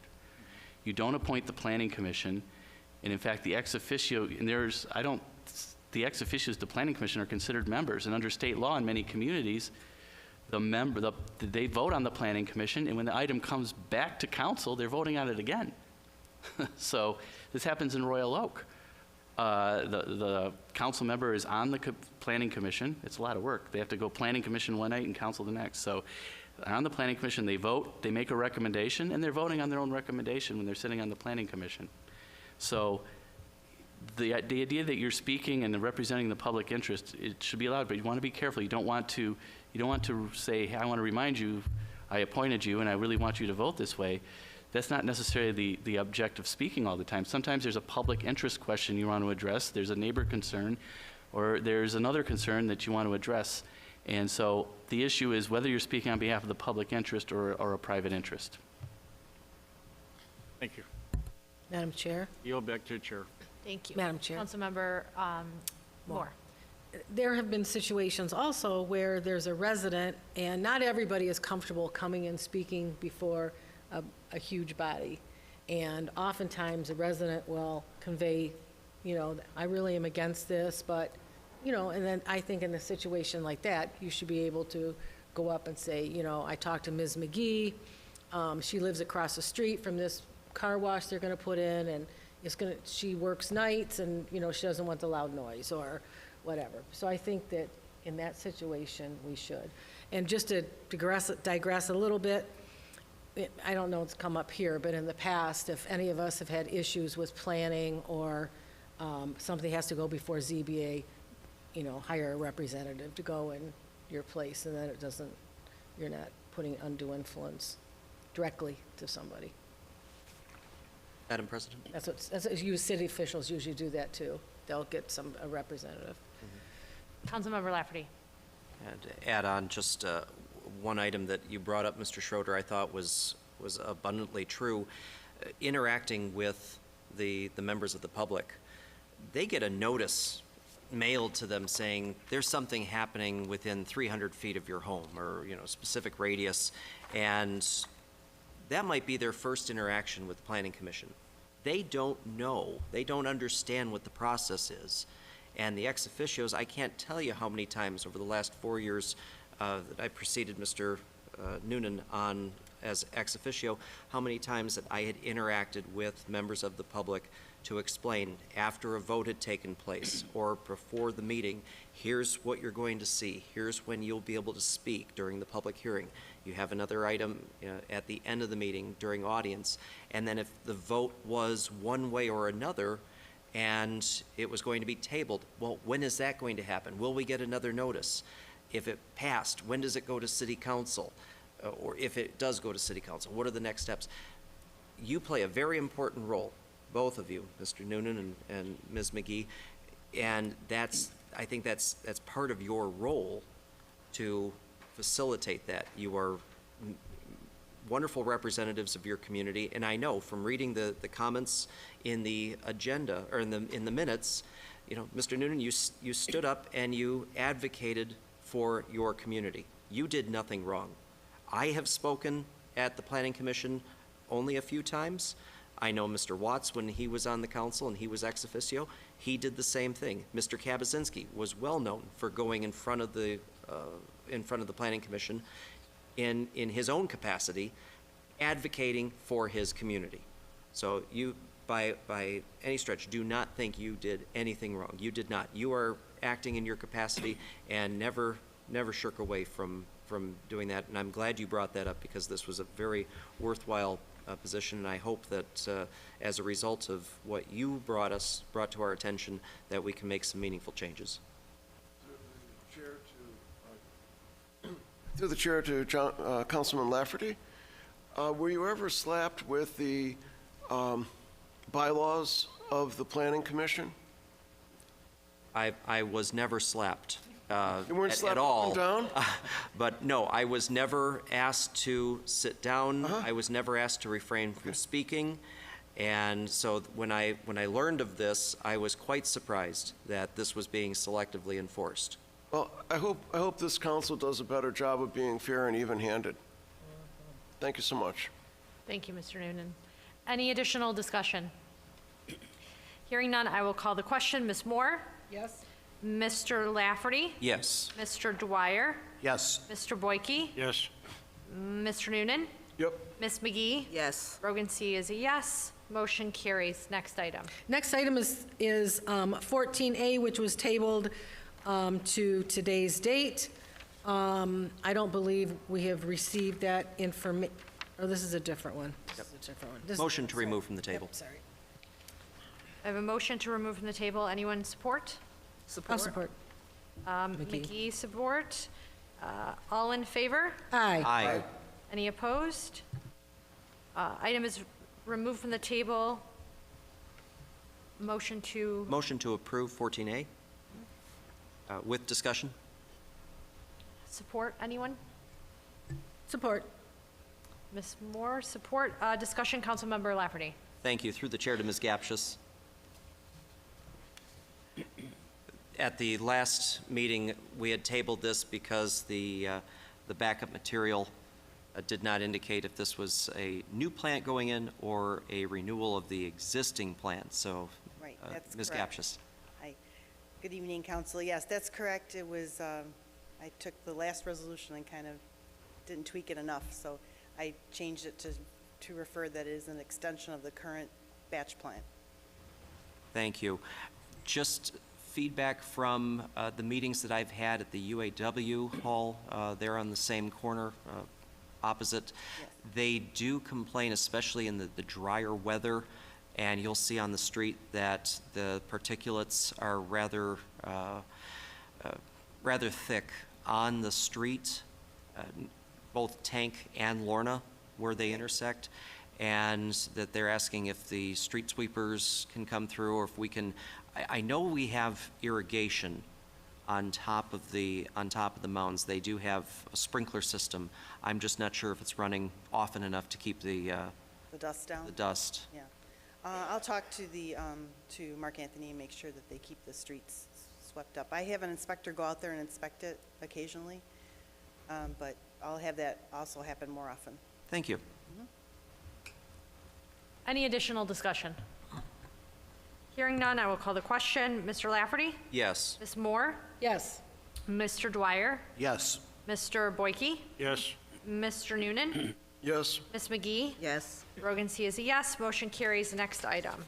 Next item is 14B, which was tabled 3/26/2024. Motion to remove from the table. We don't have the information. Support, anyone? Support. Support McGee. All in favor? Aye. Any opposed? Item is removed from the table. Seeking a motion to support or deny. Well, Madam Chair, Yes. we don't have the answer to C, and I don't think we can vote for B because C is the funding mechanism, and we don't have the answer about the assessment of the transfer station because that was done last year already, and I don't have an answer why it's being done again. Is anyone So, from the administration? Nobody sent that to us. We didn't get any information that we asked for. Ms. Gapshis, can you speak to this item? We have to do a vote on B then. Motion to approve Support Lafferty. for discussion only. So the transfer station, the first study that was done was a visual. They used drones to inspect the roof. It was a very preliminary study. This one is a much more in-depth structural study. They're actually testing the floors, the strength of the steel in the floors and the walls. They're doing a lot more in-depth testing than the first study. Madam Chair? Yes. Why? I mean, because Because by I'm the time- curious, because we had no qualified bidder wants to use the transfer station.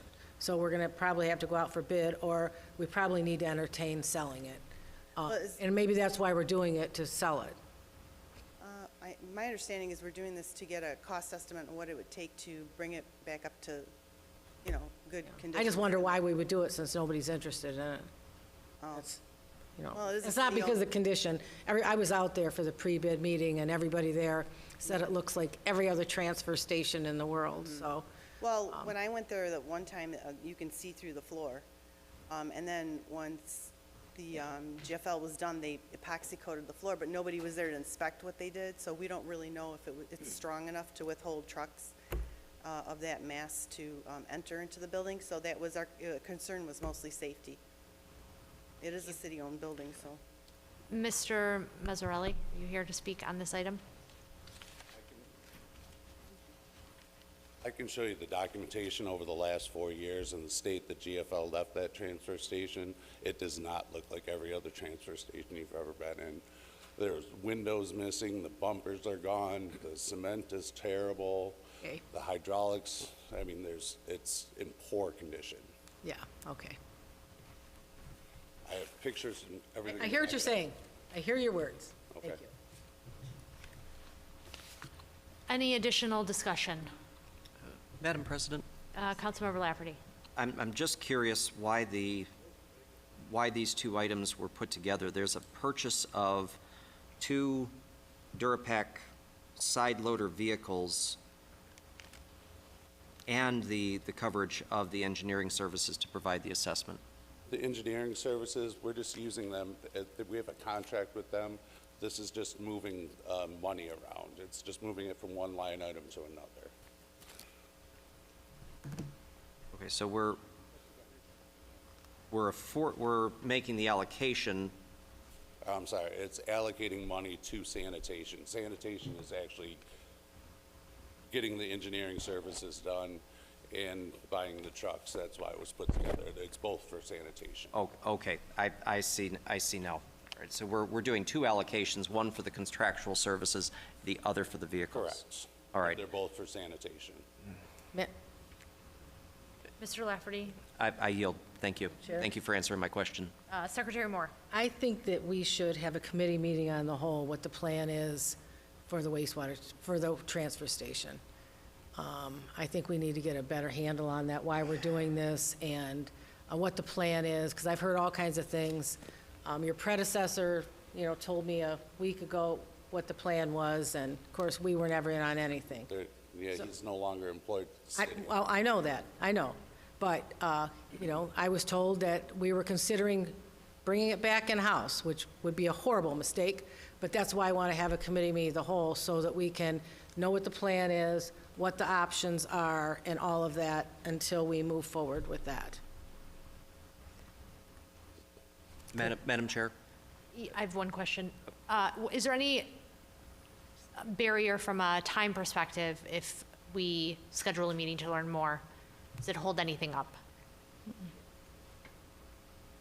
Significant? It's significant. It stops repairs from happening. It'll hold up repairs.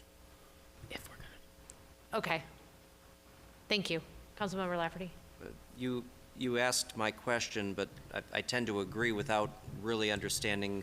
We can't follow through with repairs until we get the engineering study back to see what the repairs are going to cost and move forward from there. Understood, but I guess from Ms. Moore's perspective, understanding the entire picture before we're asked to vote on bringing in a consultant to look at everything, and then to Ms. Rogency's question, if timing is, yes, it will delay it a couple of weeks.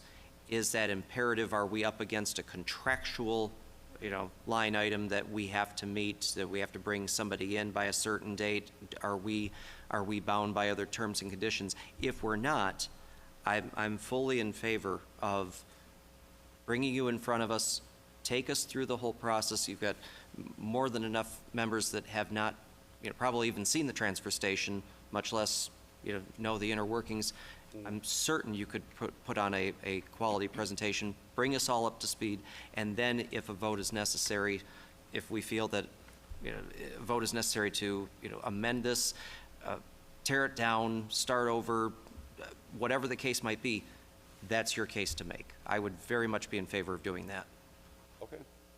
So if I don't hear any objection from the timing perspective, I'm inclined to bifurcate this motion. Let's approve the line item for the contractuals, or I'm sorry, for the vehicles, the allocation for the vehicles, and adjust the fund balance adjustment accordingly.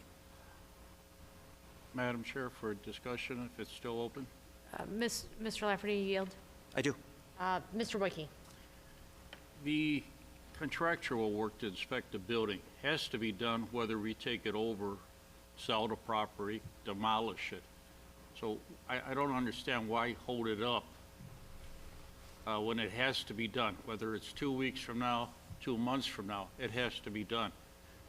Engineering department can't even assess the property, what condition it is without that. And I just can't see holding it up, and that's how I feel about it. Go back to the chair. Anyone else have any other discussion? Madam Chair? In the last couple years, there's been some real shady stuff going on with the contracts there, a lot of stuff. I just want to know, I don't want to prove something today until I know what's going on. This is our way to find out what's going on, because if we approve this, somebody's going to go ahead and do something, and I want to know ahead of time what the plan is down the road. I don't- All you're approving, though, is to get an assessment on what's been done. I know that. We didn't do it before we got the bids for it, We should have. but we didn't. I wasn't in charge then. Well, we should have had a contract last year. I knew what the deal was. I know what, everybody's trying to pull something over on our eyes all the time. I know that. I get that. I don't think it's too much to ask. We can have a meeting, 18 hours from now, we can schedule it. I don't know how much that's going to hold things up, and we'll do a special meeting if it's going Come to on out change tomorrow. the world of Warren.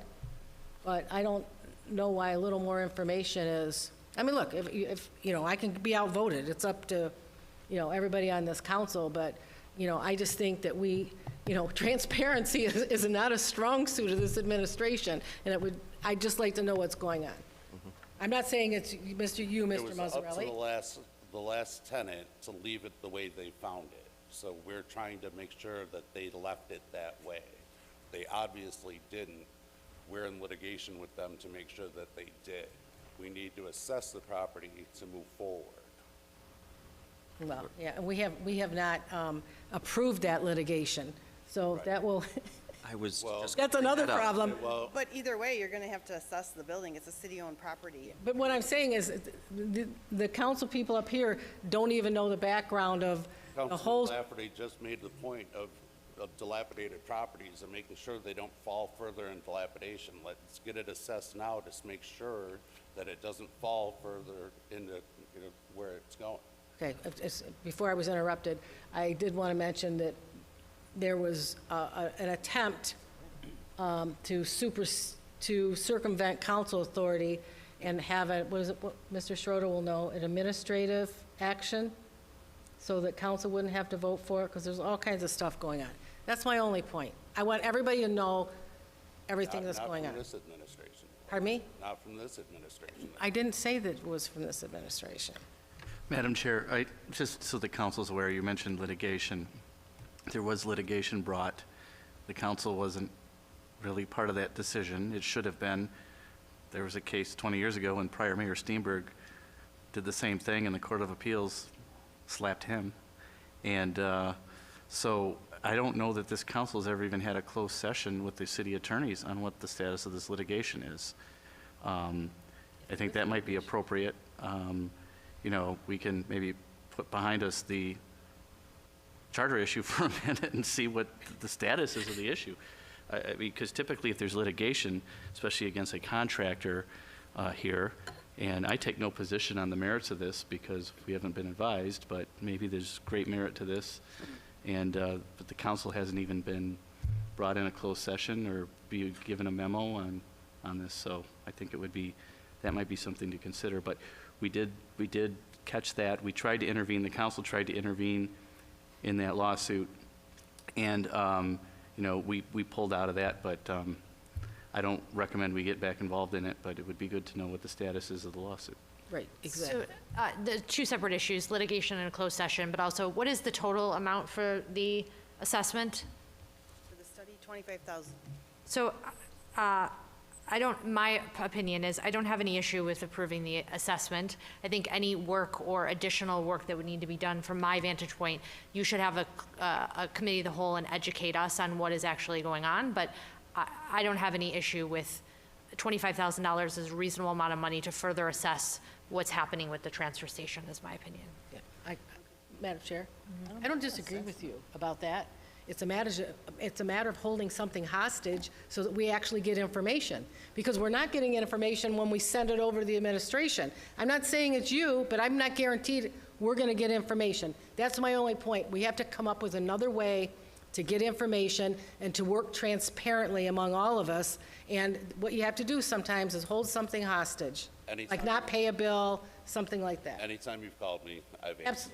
Absolutely. You guys want to come out to the transfer station? Let's. Absolutely. let's Mr. Mazzarelli, I have no issue with you, nor Ms. Gapchis. No issue at all. I just want to know what the plan is.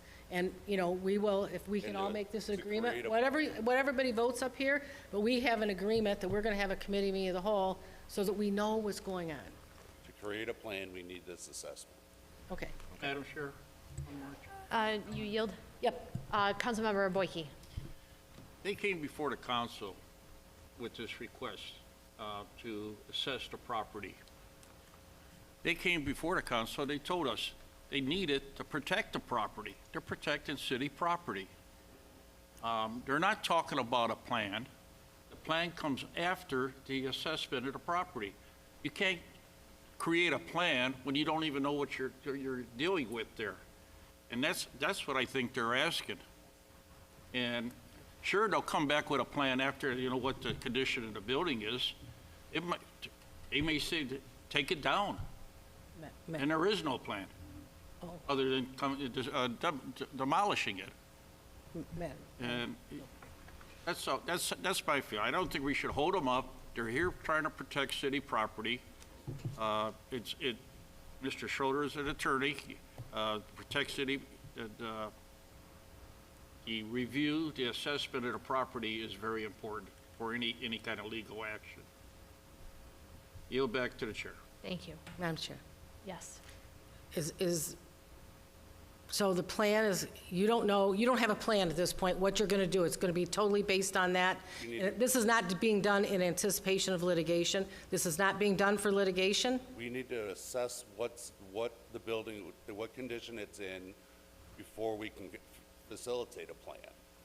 If it's completely demolished and we can't use it, then that changes everything. If it's, you know, if it's fixable and we can move forward, then we create a plan. Madam Chair, Councilmember Noonan. as I understand it, Secretary Moore was saying that this involves the city going after the people who had this place and litigating against them. Is that correct?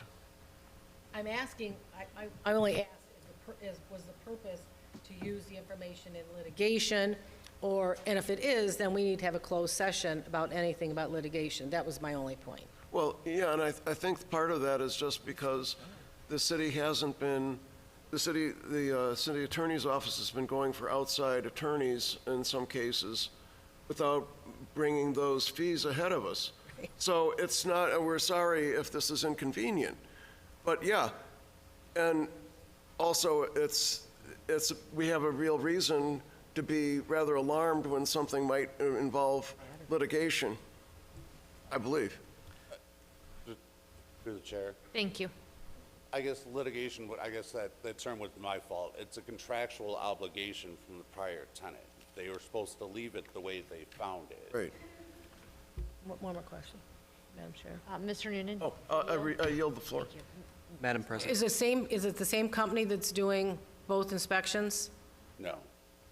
Two different testing firms. We have them on board. They have a contract with the city, both AEW and PSI. PSI is doing the current one.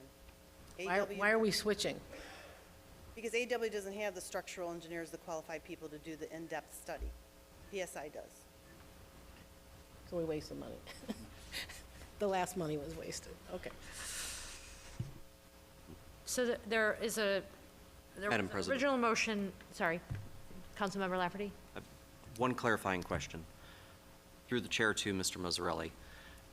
Can you hold an effective committee of the whole to educate us on the totality of the plan without first performing this assessment? And have all the details? No. Yes.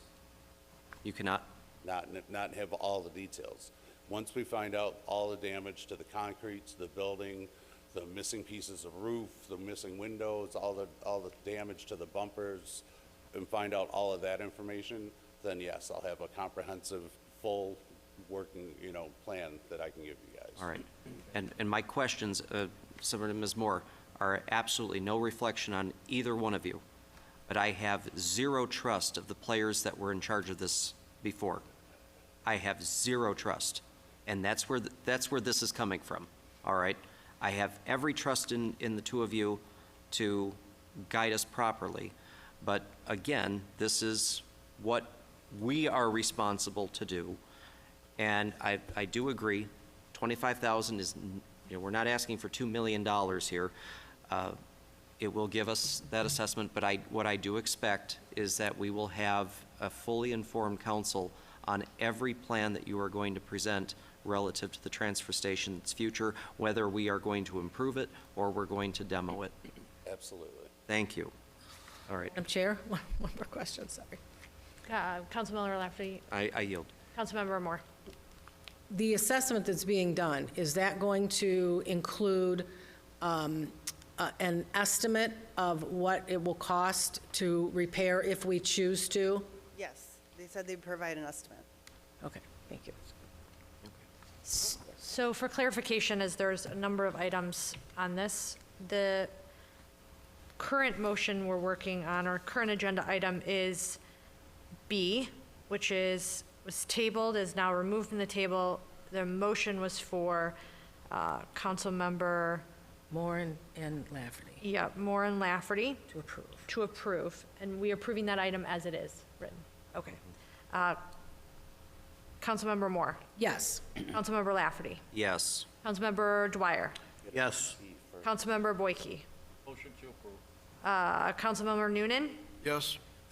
Councilmember McGee. Yes. Brogan sees a yes, motion carries. Next item. Motion to remove from the table? Support Lafferty. All in favor? Aye. Aye. Any opposed? Motion carries. Item is removed from the table. Motion to approve. Support, anyone? Support. Support Boyke. Any additional discussion? Okay. Mr. Lafferty. Yes to approve. Mr. Boyke. Yes.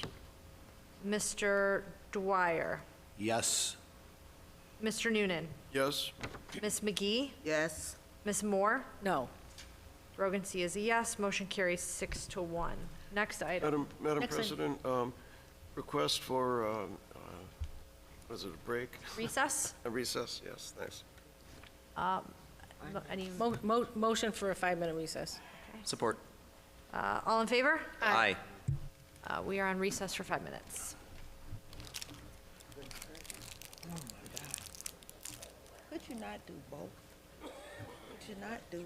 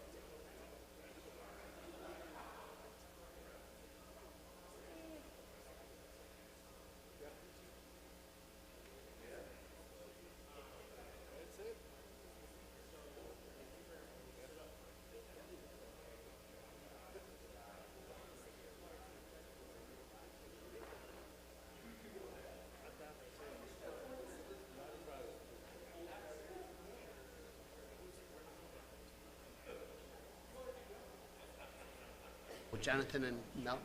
Councilmember Moore and Lafferty, please report to the stage.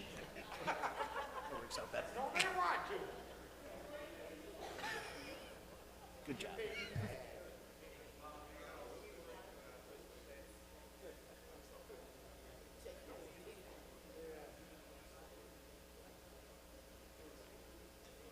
I didn't clear TSA.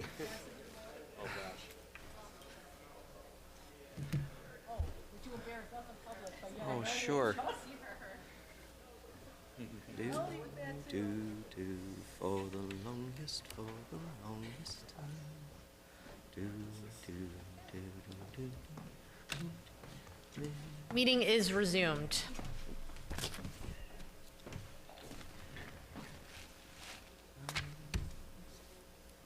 Next item, Secretary Moore. Next item is 14D, notice of mayoral appointments. Donna Dordeski, wastewater treatment sanitary engineer. Motion to approve with discussion. Support Lafferty. Discussion. Thank you.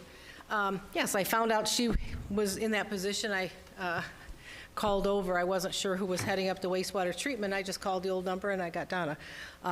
Donna was actually the city engineer in my first term of council, and she's fabulous. And I think this is an excellent appointment, in my opinion. Any additional discussion? Motion to receive and file? Yes, motion to receive. That's fine. It was Moore and Lafferty. Moore and Lafferty. All in favor? Aye. Any opposed? Motion carries. Next item. Next item is 14E, request of the Parks and Recreation Director to approve an increase in budgeted revenues and appropriations in the amount of $1,500,000 to account for the receipt of State of Michigan's Community Enhancement Grant, consideration and adoption of a resolution. So moved. Support Lafferty with discussion. Discussion, Councilmember Lafferty. I wanted to congratulate Parks and Rec on a tremendous receipt, $1.5 million for our parks program. That is terrific. This is specifically to remove and replace play structures at Licht Park, Veterans Memorial. They will cover the installation cost of pickleball courts that I know have been asked for several years. So, well done. Any additional discussion?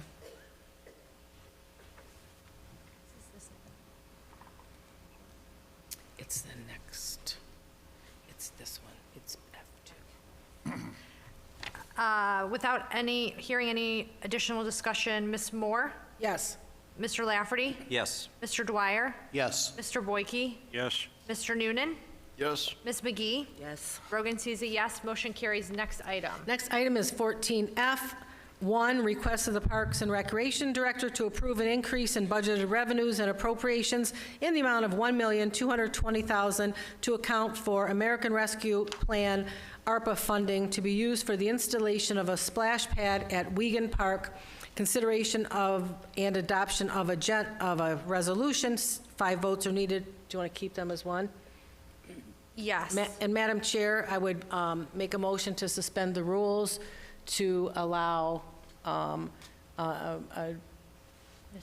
Mr. Parton to speak on this item. He had put in a request before the meeting, and we inadvertently missed it. Support to suspend the rules. All in favor? Aye. Rules are suspended. You have 3 minutes, sir. Thank you. My name is Jonathan Parton. I live at 8409 Fisher Avenue, and I appreciate you giving me the time to come up here and speak. You didn't miss it. I was actually late, so I wasn't going to press my issue and just wait till the end, but thank you for the time. I'm just here because I heard that this was on the agenda. I haven't heard too much about it, which is surprising to me. We're at the community center 3 times a week.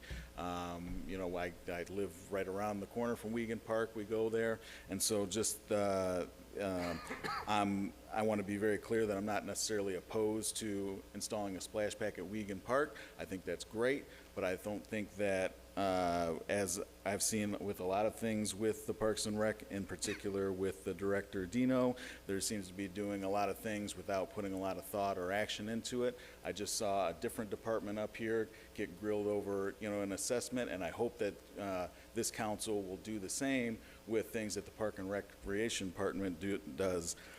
Just seeing the amounts of money that have been talked about in the past item number, this item number, and the following item number, we're talking like $2 or $3 million, and I don't think that we should spend that money frivolously. I think that there should be a plan in place for how is maintenance going to be done? How is the upkeep? Because I go to Wiegand Park on a regular basis, and that park needs a lot of help. It needs cleaning. They have, we've done some cleaning projects there, but every time I go there, there's fresh glass strewn through the park. In the play structure area, I will not let my daughter play in the play area. We go for a walk on the path with my dog.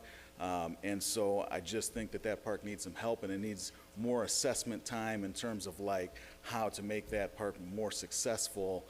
Given the nature, it is a very large park compared to some of the other parks that I've been to, other than some that are more northern. But for the southern park, it's a very large park, and the upkeep, I was hoping to just suggest that as we're talking about millions of dollars, that we add in some sort of provision, for a salaried worker at that park, which in $50,000, $60,000 a year, as opposed to we're talking millions of dollars, I think would be an effective addition to that plan. That's all. Thanks. Thank you. Back to the rules. Motion to go back into our normal rules. Resume. Support Lafferty. All in favor? Aye. Any opposed? Okay. Motion to approve F. The F1. discussion. Support Lafferty. Discussion, Secretary Moore. Thank you. Mr. Parton had some good points, and we did discuss this at length in the last term. It's just coming around now, and we all understand there are problems with maintenance at the parks, and I'm sure that this administration is going to work very hard to make sure those problems that we see now are corrected. It won't happen overnight, but I think everybody has the desire and the intent to make things better.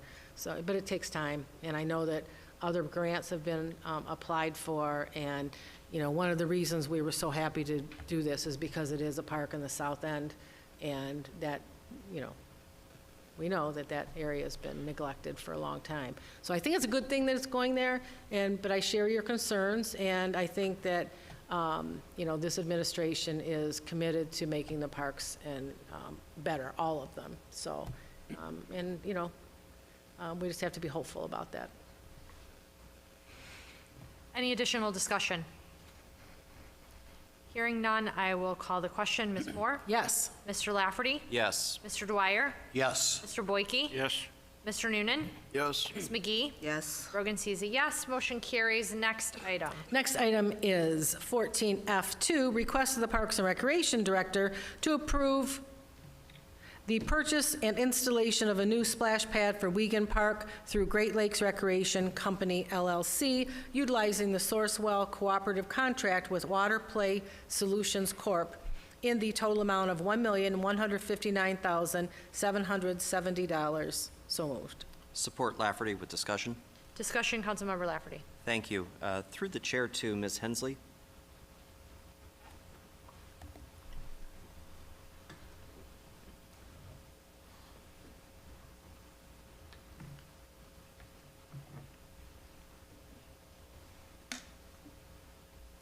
Good evening. Good evening, ma'am. I don't recall seeing that we've had an allocation from CDBG for parks before. And could you add just a little color to this? Oh, certainly. Yeah, we did. We've had an allocation for parks for the last 2 years, a little bit and a little bit. Okay. And so when we started this project like 3 years ago, thinking about it, we thought we could do it for just what we had in our budget, and then just as we started putting the project together, it got bigger and not bigger, bigger and bigger, and it got the cost went up, a lot in the last few years, so, but yeah, we've always had the allocation there for Parks and Rec. Okay, thank you. And I also heard the comments by Mr. Parton. Sure. And I want to add to that, we're hearing the same information, the same feedback about the new skate park going in at Eckstein and some of the current conditions of Eckstein Park, which are, far from optimal. They're it's a disaster in some cases. But with brand-new investment comes a brand-new plan and attention to these areas. For far too long, we have been, stuck with old ideas. Now we finally have these beautiful new plans. I've seen it. If you haven't been to the community center, there's a depiction of this park, the splash pad. I asked Mr. Turcato in a future meeting to show us what this is like, walk us through what this rendering will be and what to expect, because this is groundbreaking for Warren. This will require attendance. This will require upkeep and care constantly. And so we're going to have the people we're going to need the people to support this. So we should expect to see, I would imagine, and since Mr. Turcato isn't here, and he is spending time with family tonight. He is not in town. So I'll ask you, please make sure that we have that the budget accurately reflects what we're going to need in the future to meet Mr. Parton's concerns, and what does day-to-day operations in our run rate, how will this impact the Parks and Rec budget? Yes, we've considered, all of that. So Parks and Rec is ready to go with maintaining and operating the park. Okay.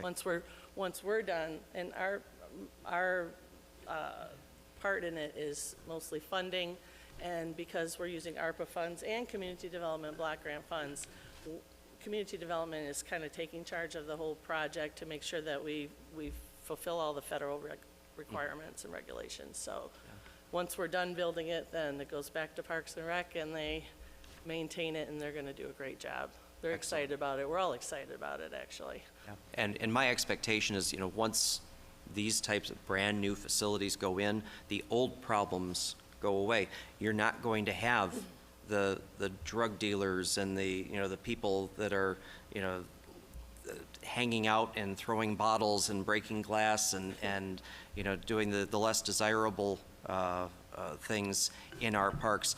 They're going to go somewhere else because there are going to be too many people around to see what's happening. Right, and if I may, the park is designed for younger children, not older children. So there's nothing really big to climb on. Everything is low.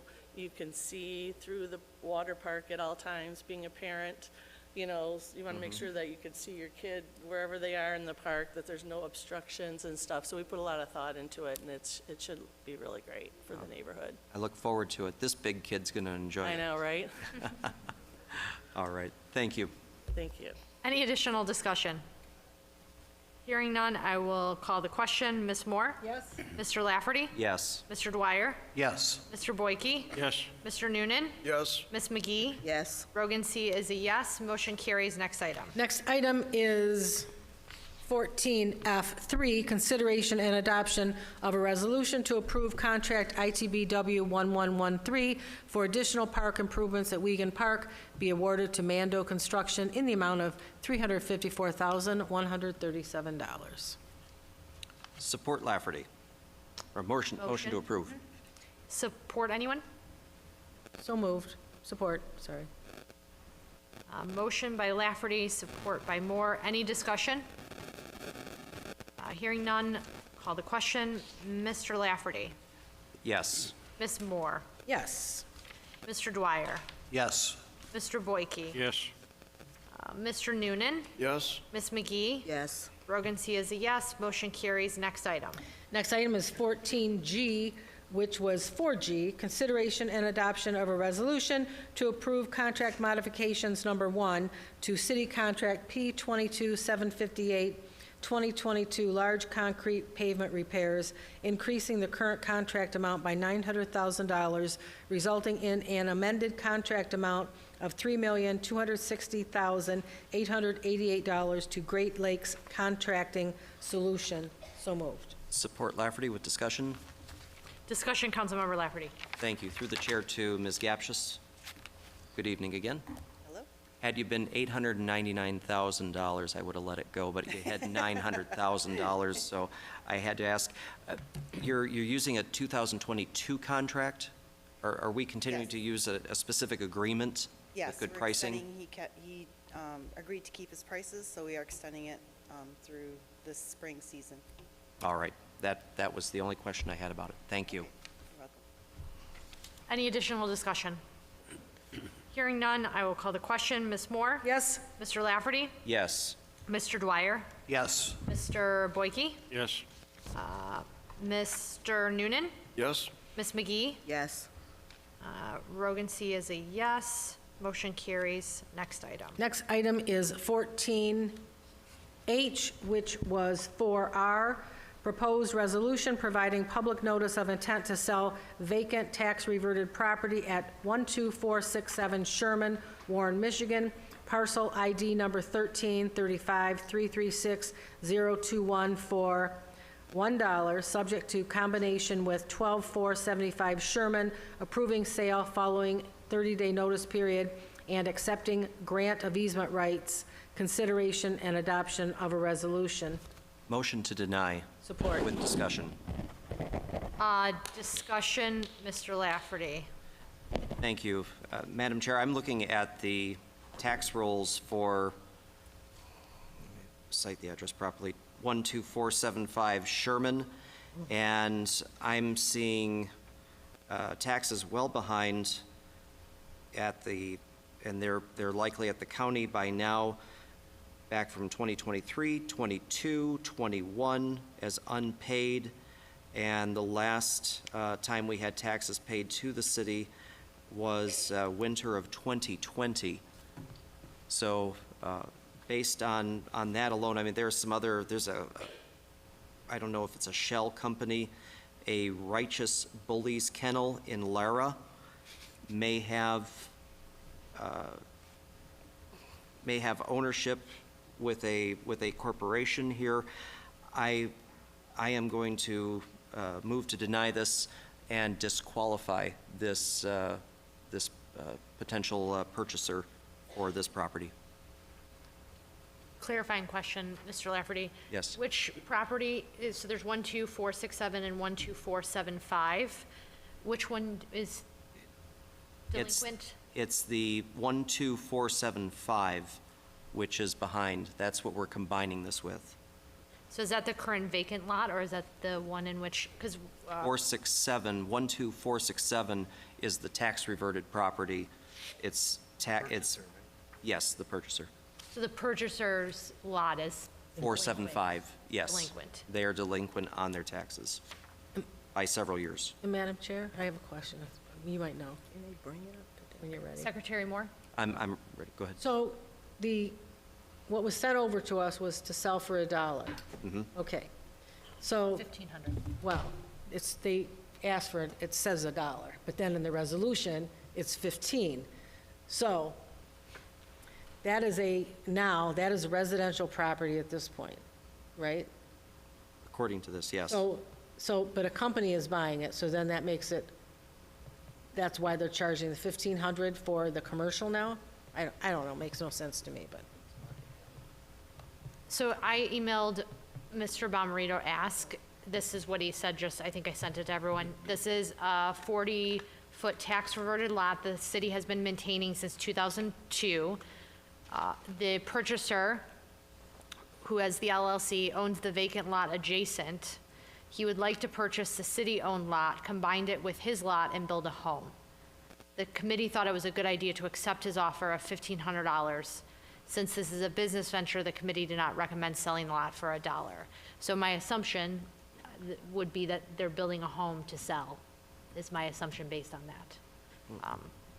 Madam President, they're not paying their taxes on time to the city now. I'm not willing to do business with somebody who's not doing business in good faith on an annual basis with us. Agreed. I don't know that I would disqualify them. I would think if folks can get their taxes up to speed, then, you know, we could reconsider this, but I fully support a motion to deny this. Madam Chair? Yes. Just for everybody's information, 40-foot lots cannot be built on in Warren. So they have to be combined to make them able to be built on. So a 40-foot lot really means nothing to anybody unless it can be combined with something else, as I understand it. I don't think you can build on a 40-foot lot. I think 60 is the minimum. 60 by 1, well, the depth I think is... it's 60. 60 is our standard. Yeah. I mean, we have a lot of 40-foot lots in And the I south. think based on this, it's combining with a Right, 40-foot lot, right. so they could build a home, because to your Right. point, they couldn't build a home on Right, a 40-foot lot. right, right. But, you know, we can't enter into an agreement if somebody's in default to the city. We're not allowed to do it, so, under the charter. We have to do a better job of Mhm. these things. They can always bring it back if they bring their taxes up to date. They demonstrate that they're able to abide by, you know, the same rules that you and I play by every single summer and winter. And if they can do that, Ms. Michaels, Mr. Bomarito, you know, have them demonstrate that, bring it back to us, and, you know, with proof that everything is paid, and we'll reconsider. I'll reconsider at least at that point. Yeah, for sure. So the motion on the floor is to deny the current request. You're withdrawing, Mr. Lafferty, the disqualifying? Yes, I will withdraw the disqualification, but I will continue with my motion to deny. Any other discussion? Okay, so the motion is to deny. Councilmember Lafferty? Do we have support? Yep, Ms. Moore. Oh, okay. Yes to deny. Ms. Moore? Yes. Mr. Dwyer? Yes. Mr. Boyke? Yes to deny. Mr. Noonan? Yes to deny. Ms. McGee? Yes. Rogan C. is a yes. Motion carries and denied. Next item. Audience. Members of the audience who want to speak and have not done so, please fill out a form. You have 3 minutes. First up is Lori Harris. And after that is Jeff Gagun.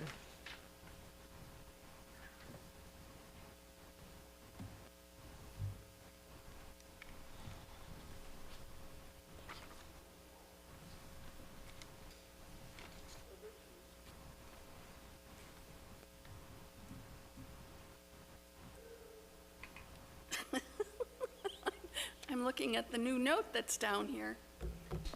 Okay, so please do not touch the microphone, but I just did, so that I could speak into it. And please wipe the podium for the next speaker. Haven't seen that before. I'm glad someone wants safety and health here. So I want to comment on a few things. I was listening to the meeting while I was at work and on my way down here. And I'm disappointed about the car wash. I went to the planning meeting when that was all discussed, and Mr. Worth made sure to announce that those people wanted that car wash before the other ones went up. I got approval on 12 Mile, and I don't think that makes a big difference. And to put it in a parking lot with no egress and ingress off of Mound Road, I don't know if you realize that, if any of you paid attention to that. It's going to be in the parking lot of Meijer on the food side. And the height will equal or surpass the Meijer, it'll cover the Meijer sign. So I just think that wasn't a great idea. I think it could have been done differently, but apparently Mr. Worth was moving that right along. And I've reminded the Planning Commission that they control what the planning department does. And they are ineffective. They aren't using their power at all. And I would love to see an actual powerful planning commission. The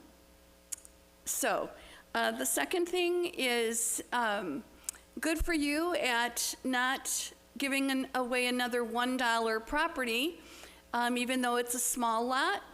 And I think that, Mr. Lafferty, you shouldn't have withdrawn your cutting those people out. Someone can go pay their taxes and turn around and do the same thing again for the next 4 years. And I think it shows bad faith. In fact, some of the other $1 houses have really been a problem for the city. Neglected, not cared for, junk sitting around in the driveway. I'm wondering, you know, how these things are going to get taken care of. Taxes aren't paid. This has not been a good program. Maybe some of the lots that have been there, you know, what dollar lots with someone who's already been taking care of them is lovely. And, 5 seconds. Listen, everyone have a lovely Easter if you celebrate. Thank you. Thank you. Jeff Gagan? Not here. Going once, going twice, okay. Diane Weckerly. And after that is Mr. Watts.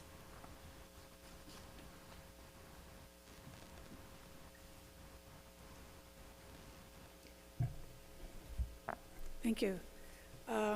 Last week was World Water Week, and a lot of people from Southeast Michigan went to Lansing to talk to our representatives and senators about our concerns on water. And one of the things that we hear of over and over is they get a lot of calls from residents complaining about their water bills. The water bills are too high, they keep going up, I can't pay these. So the good thing is that this year, finally, we have a solution. We have a bill that's in Lansing. It's finally gotten into committee, and it proposes to lower the water bills for low-income residents. Great Lakes Water Authority says that 60,000 residents in Macomb County alone are eligible to apply for lower water and sewer bills once this legislation is passed. So the low-income people that I'm talking about are those who are 200% of the poverty level. So what does that mean? Specifically what it means is in a one-person household, they can make up to $29,000 and apply for lower water bills. Two-person household can make up to $39,000. Three-person household can make up to $49,000. Four-person household can make up to $60,000 and on up. So this bill would really be helpful for an awful lot of people. You might not think, you know, that you would need it right now, but maybe, you know, your mom might, or if you're going to be retired soon and have only one, you're going to rely on Social Security, you may need it in a few years. And if it becomes law, it might be there for you, or your parents, or even your kids who might be renting an apartment while they're going to school. So passing this water affordability legislation, the way it will change your water bill, it's going to cap the water bill to 3% of the household income of low-income people, of anybody who qualifies. And that may change over the years, and you may, you know, you all may need it, and it's basically it's going to help everybody by keeping the bills more stable for the rest of the population.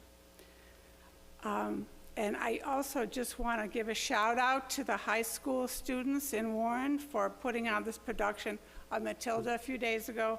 They really did a great job. Thank you. Thank you. Next is Mr. Watts, and after that is David Maman. Okay. Mr. Watts. Good evening again. I just want to say, as ex officio to the Planning Commission, when I was on council, I questioned those very items, and I was told I had a right to speak and that I should speak, but I didn't get to vote. I don't know what's going on with Mr. Noonan, but I'm going to tell you, the last few months with the Planning Commission, every one of them needs to go, and we need to have some new management, because they were trying to silence the people that were coming to the meetings, the residents. That doesn't need to happen. That's wrong. Secondly, vacant lot.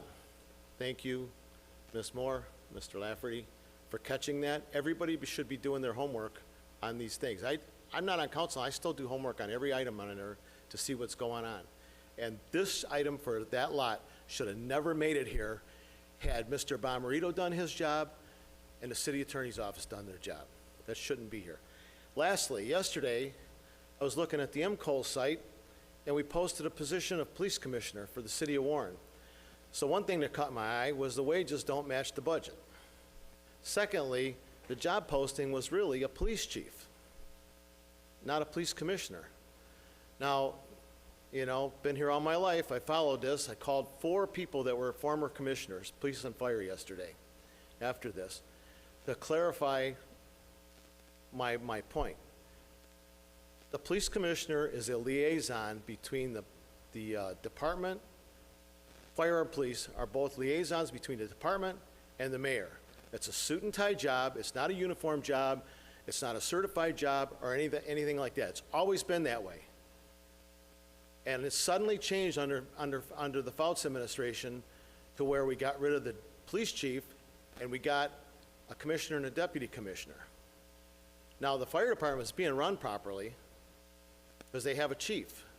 I'm not sure who's running the show over there, but this needs to be looked at, folks. We cannot start off on the wrong foot, violating the charter over and over and over. We need to have a police commissioner. We need to have a police chief. Same thing in the fire department. They're not union members. They don't wear a uniform. They're suit and tie. Do what the charter says to do. This needs to be done right. And we need to make sure we do it right, because we don't need to hire somebody and find out we hired somebody we can't use. So that was disturbing to me. So, and the Harmony situation, as you know, I know a little bit about that, being public safety. They don't need a mutual aid agreement unless they're trying to transport stuff that the city's calling them for. MedStar and Universal have, I believe, that. But if they're just doing non-emergency transports, they only need a license. I'm going to do a little more research on that as well. So, thank you. Next is Douglas Marshall, and after that is... Hold on 1 minute. I got 2 seconds. Mr. Schroeder, you're doing a heck of a job. Keep it up. Next is Douglas Marshall, and then following that is Chris McLaughlin.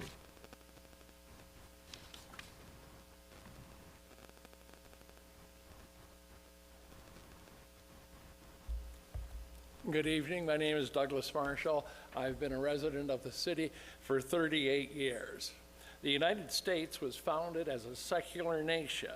The opening clause of the Constitution's First Amendment states, Congress shall make no law respecting the establishment of religion. This prohibition is passed along to the state and local governments by the 14th Amendment. No state shall make or enforce any law which abridges the privileges and immunities of the citizens of the United States. The government's non-interference with religious issues and beliefs is one of the immunities of the Bill of Rights. The reason for the First Amendment was that our founding fathers saw the problems caused by religious differences throughout our history. We saw the problems in Northern Ireland from the 60s to the 90s, and in the Middle East from the 40s that are still in the news today. Violence due to religious differences has been a major cause of death around the world. The latest Pew survey of religion in America shows that 28% of Americans have no religious affiliation. That is more than 1 in 4. The survey also showed that 19% of Americans, nearly 1 in 5, do not believe in any deities. Americans are losing their religion at the fastest rate in history. Many of the religious want to put their symbols and displays on government property to get the government respect and endorsement for their beliefs, which is one thing the government is forbidden to do. In 1972, 90% of the Americans identified as Christian. Today, only 63 identify as Christian. This downturn is the reason that they want to put display on public property. The Lemon Test states that to not violate the Establishment Clause, all government actions must have a secular, non-religious purpose, must not advance or inhibit religion, must not promote government entanglements with religion. The Reason Station purpose is to protect the city's violation of the Establishment Clause. The city should have never approved a prayer table or a National Day of Prayer event. Mr. Marshall, you're out of time. Thank you. Thank you. Mr. McLaughlin, and then Mr. Michael Halawadi. Hello, my name is Chris McLaughlin. I am the state director of the Secular Alliance of Michigan. It's an alliance of non-religious groups that are mostly centered around Southeast Michigan here. I represent, my constituents are the 1.6 million non-religious people who live in Michigan.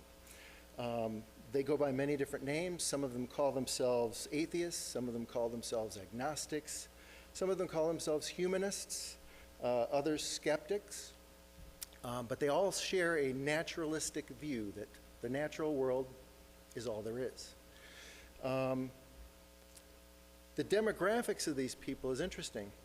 It turns out that social scientists who study non-believers, usually people who are self-described atheists and agnostics, find some interesting things. One of them is that atheists tend to be higher income than religious people, again, per capita. They tend to have a higher level of education. Again, education, income, and non-belief are all correlated. They do as much charity work as any religious people. Just a couple of weeks ago, for example, I took food and clothing items that were donated at secular group meetings out to the bus stop in Pontiac and gave them to the people who need it there. It turns out that non-religious people make up an exceptionally low percentage of people in prison per capita. It's less than 0.1% of the prison population, according to the Prison Bureau, or the Federal Bureau of Prisons, are people who are not religious. So the question becomes, why is it that non-religious people get treated the way they do? There's this sort of, what do we want to call it, a stigma against non-religious people. And they don't get treated the same. They don't get the same fair treatment by government, by corporations, by fellow citizens. And I think I know what the reason is that the people who are spreading the slander about non-religious people, that they are somehow not ethical or not good people, are religious leaders, because they've got nothing to lose. So I would encourage the council here that in your dealings with religious people who are telling you about people that they don't know anything about, that maybe you try something different. I encourage that you request a policy review of any city initiatives that are entangled with religious organizations. I encourage opening a dialogue with the non-religious members of your community. And with that said, I want to thank you, and I and others are available for questions and further discussion. Thank you. Mr. Halawadi. After that is James Kleiner.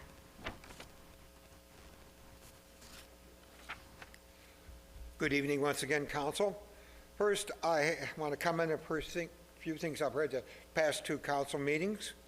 First, I'm for any money to be spent on the new district court building that was heard about a few meetings ago.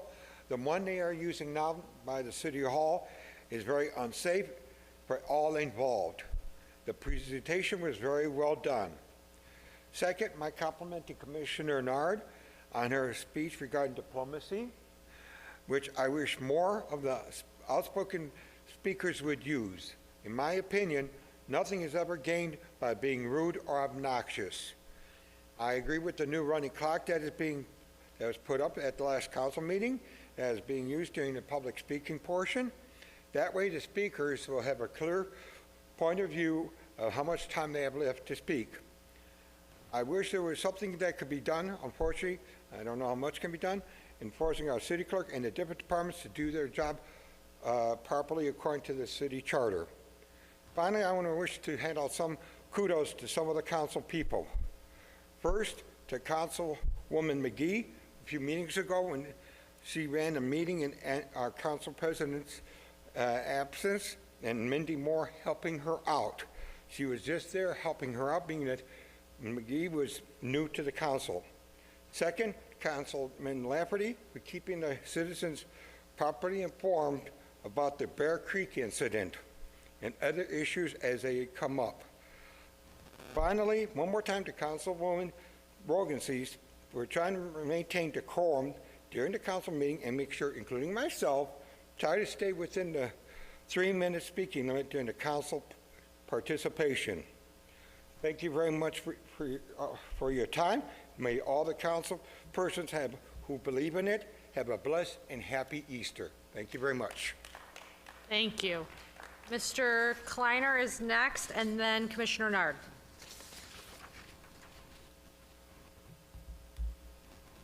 Hey guys, my name's James Kleiner. Another car wash in Warren. Are you guys serious? No, but actually, a prayer station inside a government building. Are you guys serious? As a former Warren resident, I was outraged to find this out. I live in Ferndale now, and I mentioned this to my city council, and they were taken aback. From what I know about it, you guys had to pay out $100,000 for this matter to settle, and now we have a prayer station and a reason station. It's not the best use of taxpayers' money. I know it was a while ago and it's a previous administration, but now the Catholics got involved, so there is a second prayer station. So there's 2 of them, and then our reason station as well. How many religions do you guys plan on having up there? I mean, I know like the Satanic Temple would like to have their fair share, or the Church of the Flying Spaghetti Monster too. Religion and government, they need to be separate. That's how our government was founded. The Pledge of Allegiance didn't even have the line "under God" until 1954, and it was written in 1892. It was added after the original author's death. Money didn't have "under God we trust" until 1955. Our forefathers spoke directly about the separation of church and state. John Adams said the government of the United States is not in any sense founded on a Christian religion, and Thomas Jefferson said that Christianity neither is nor ever was part of the common law. George Washington, Benjamin Franklin, and James Madison also have quotes regarding this topic. If our forefathers thought it was important to speak about this while establishing our government, then it was and still is a very important point to be made. There are a lot of non-religious people out there, and it's growing every single year. Hope that we can get respect our non-beliefs similarly to the respect of those who do believe. You've got to adopt secularism. It's keeping government, education, politics separate from religion. I want to end by saying that we're all atheists about most of the gods societies have ever believed in. We just take it one God further. So thank you guys. Next is Commissioner Nard, and after that is Dolores Pantera.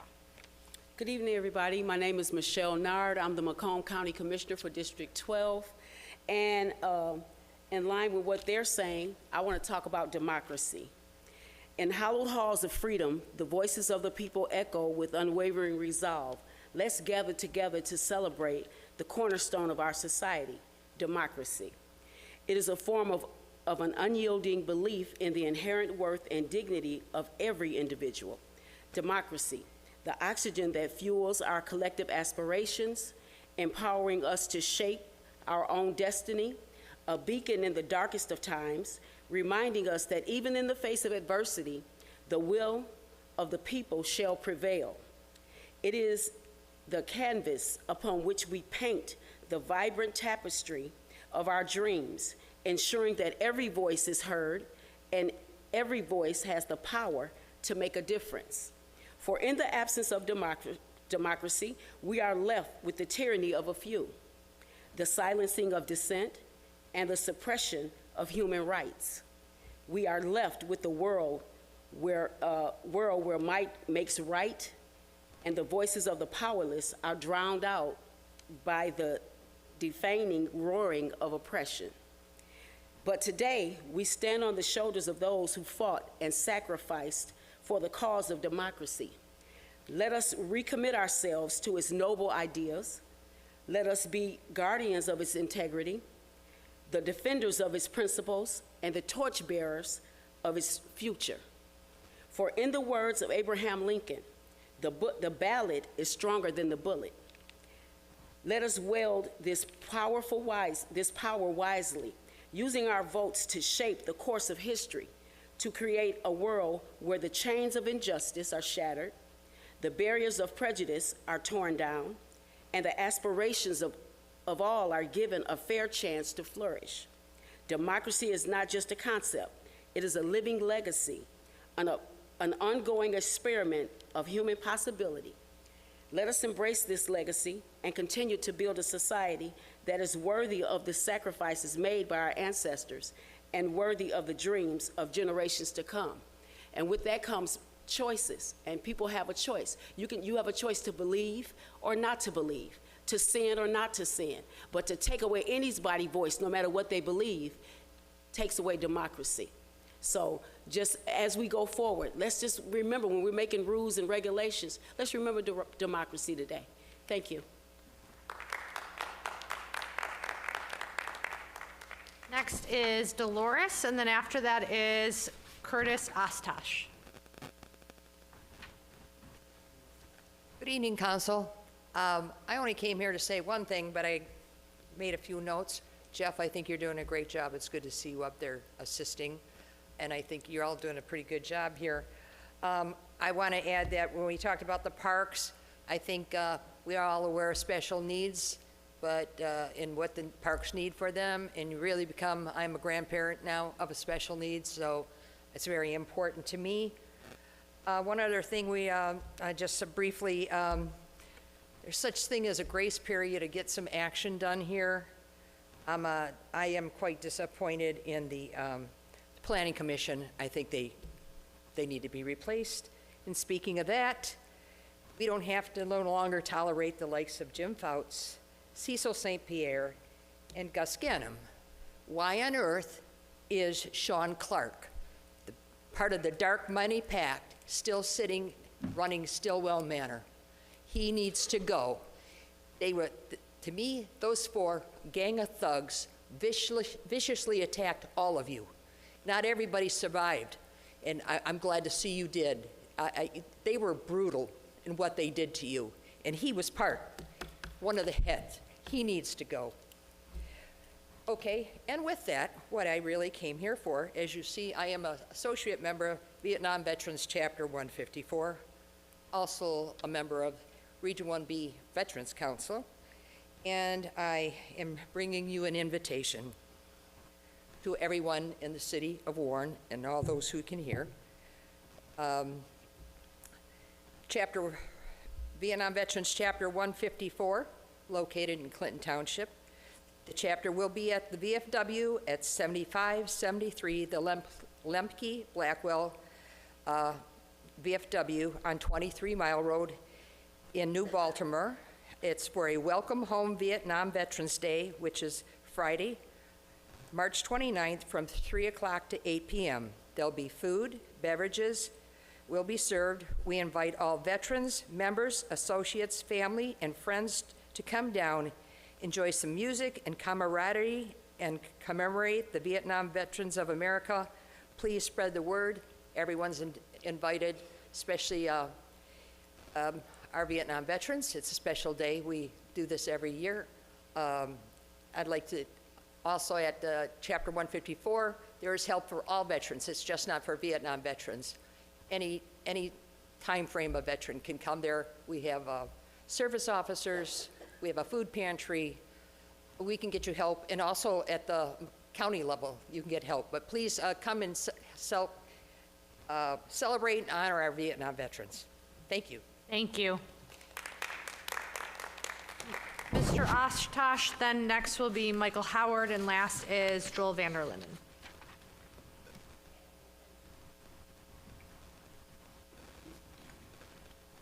Hello, Curtis Oshkosh, resident and pastor here in the city.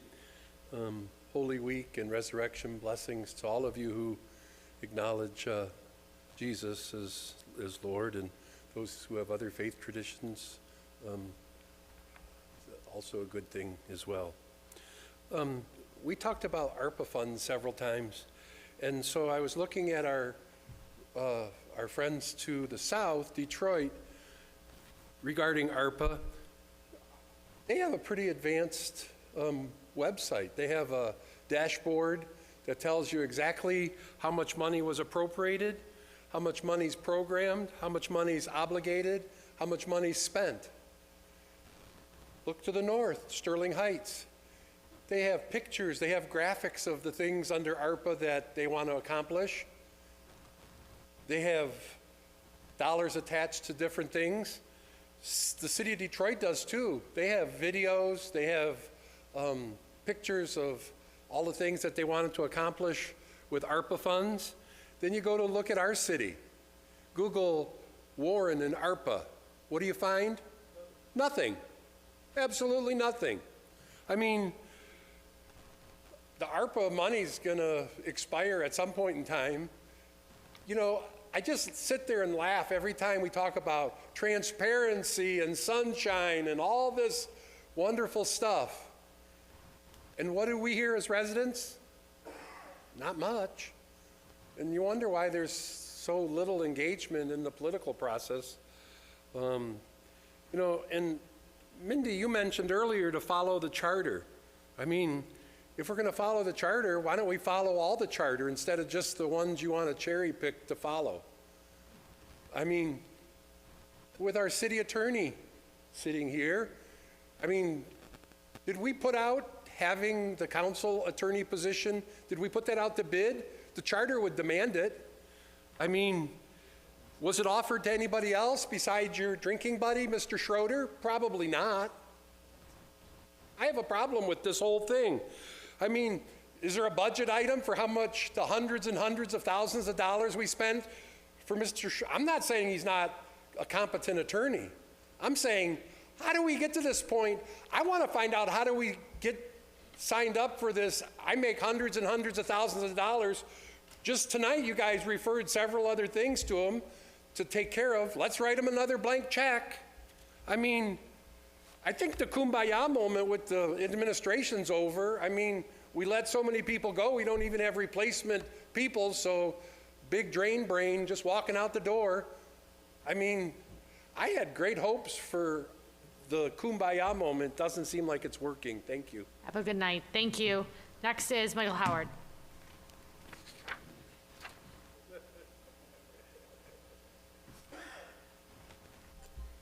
I just want to say thank you. I know several of you guys campaigned on Parks and Recs, and I think we live in a time where a lot of elected officials run for reelection or run for the first time, and they run on certain things that they campaign on, and we never see that to fruition. So I just appreciate you guys' effort in regards to the Parks and Rec Department and running on those. As my daughter went skating for the first time with my two daughters and my son went skating for the first time, so we're really excited for the skate park.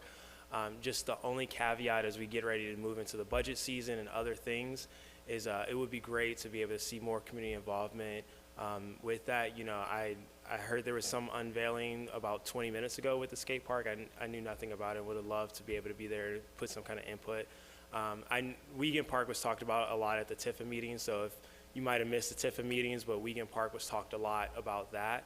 But residents didn't know that Wiegand Park was even being discussed at the TIFA meeting, so that's like a good example of like how can we increase resident input and transparency. And so just as we get ready to talk about the budget season and you guys are making, you're doing your due diligence, so we'd love to be able to see that process as a resident and see where our tax dollars are going. Because even these grants that are coming back, those are tax dollars that went to the federal government that are coming back down. So those are still our tax dollars, even though there is grant money. It's not from other businesses. And so we just love to see how that process is going and a little bit more transparency in there. I think you guys are doing a great job. Thank you for fulfilling the things that you guys said you were going to do when you got in office. Last is Joel Vanderlinden.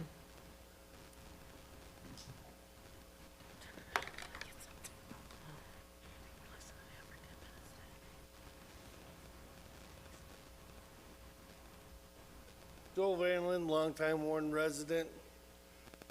I wasn't going to talk about the Planning Commission, but since it's been brought up, let's talk about the Planning Commission. I agree, most of those people in the Planning Commission need to go. Most of them don't have the proper educational tools to understand what that job consists of. It was long suggested by Ed Byers and later on by Ron Worth that anyone recommended for that position on the commission should first take the citizen planning course offered online or at Macomb Community College so they can understand the responsibilities of that position. The present core that you have there now, only two have taken that citizens course. That would aid them greatly. And the people in the future, they should have that course already completed before consideration. Mr. Lafferty, you came up and brought up the thing about the property for $1. I think the city has been, trying to think of a nice way to put it, been hampered by selling property and land for $1. The last time we sold a house for $1 was to Judge Toya's wife, and it was supposed to be for a whole nother item. And then we found out that Judge Toya's wife sold it, and some of the wording that this council approved was changed by then Assistant City Attorney Mary Michaels. And I still don't understand why Mary Michaels wasn't properly disciplined and fired for doing that behind the council's back. Someone should be considered and re-looked into, and she shouldn't have the position she has. We just got done spending or approving over $3 million for the Parks and Recreation. Parks and Recreation gets $6 million average a year on their budget, and yet we have no toilets at any of the parks working. $6 million a year. Why are we approving anything for the Parks and Recreation until that $6 million every year, $24 million, since Dino's been put into that position, not have the toilets fixed in any of the parks for the kids. And Wiegand Park is a mess. Before my daughters played baseball or softball there, part of WVAC, the parents had to walk the field to pick up all the needles, rubbers, condoms, items that were left there from the prostitutes and the drug addicts beforehand. I have a lot of concerns about that park and won't allow my grandchildren to go there in the future. Have a good evening. Thank you. Hey, Mr. Schroeder, Mr. Thank Vanderlyn, you you're for out all of the time. hard work you've done. Mr. Vanderlyn. I think that all the money that you make Mr. Vanderlyn, isn't equal to the you're money out of that time. people have embezzled. Mr. Vanderlyn, I am you're out concluded of with my time. comments. Thank you very much.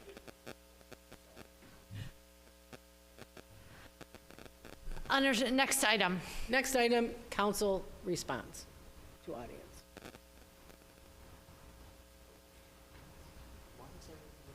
Because you always have so much to say. Ms. McGee.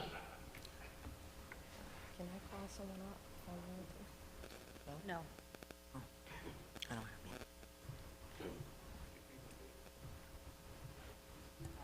Any responses? Okay. Entertain a motion to adjourn. Motion to adjourn. Support Dwyer. All in favor? Aye. Aye.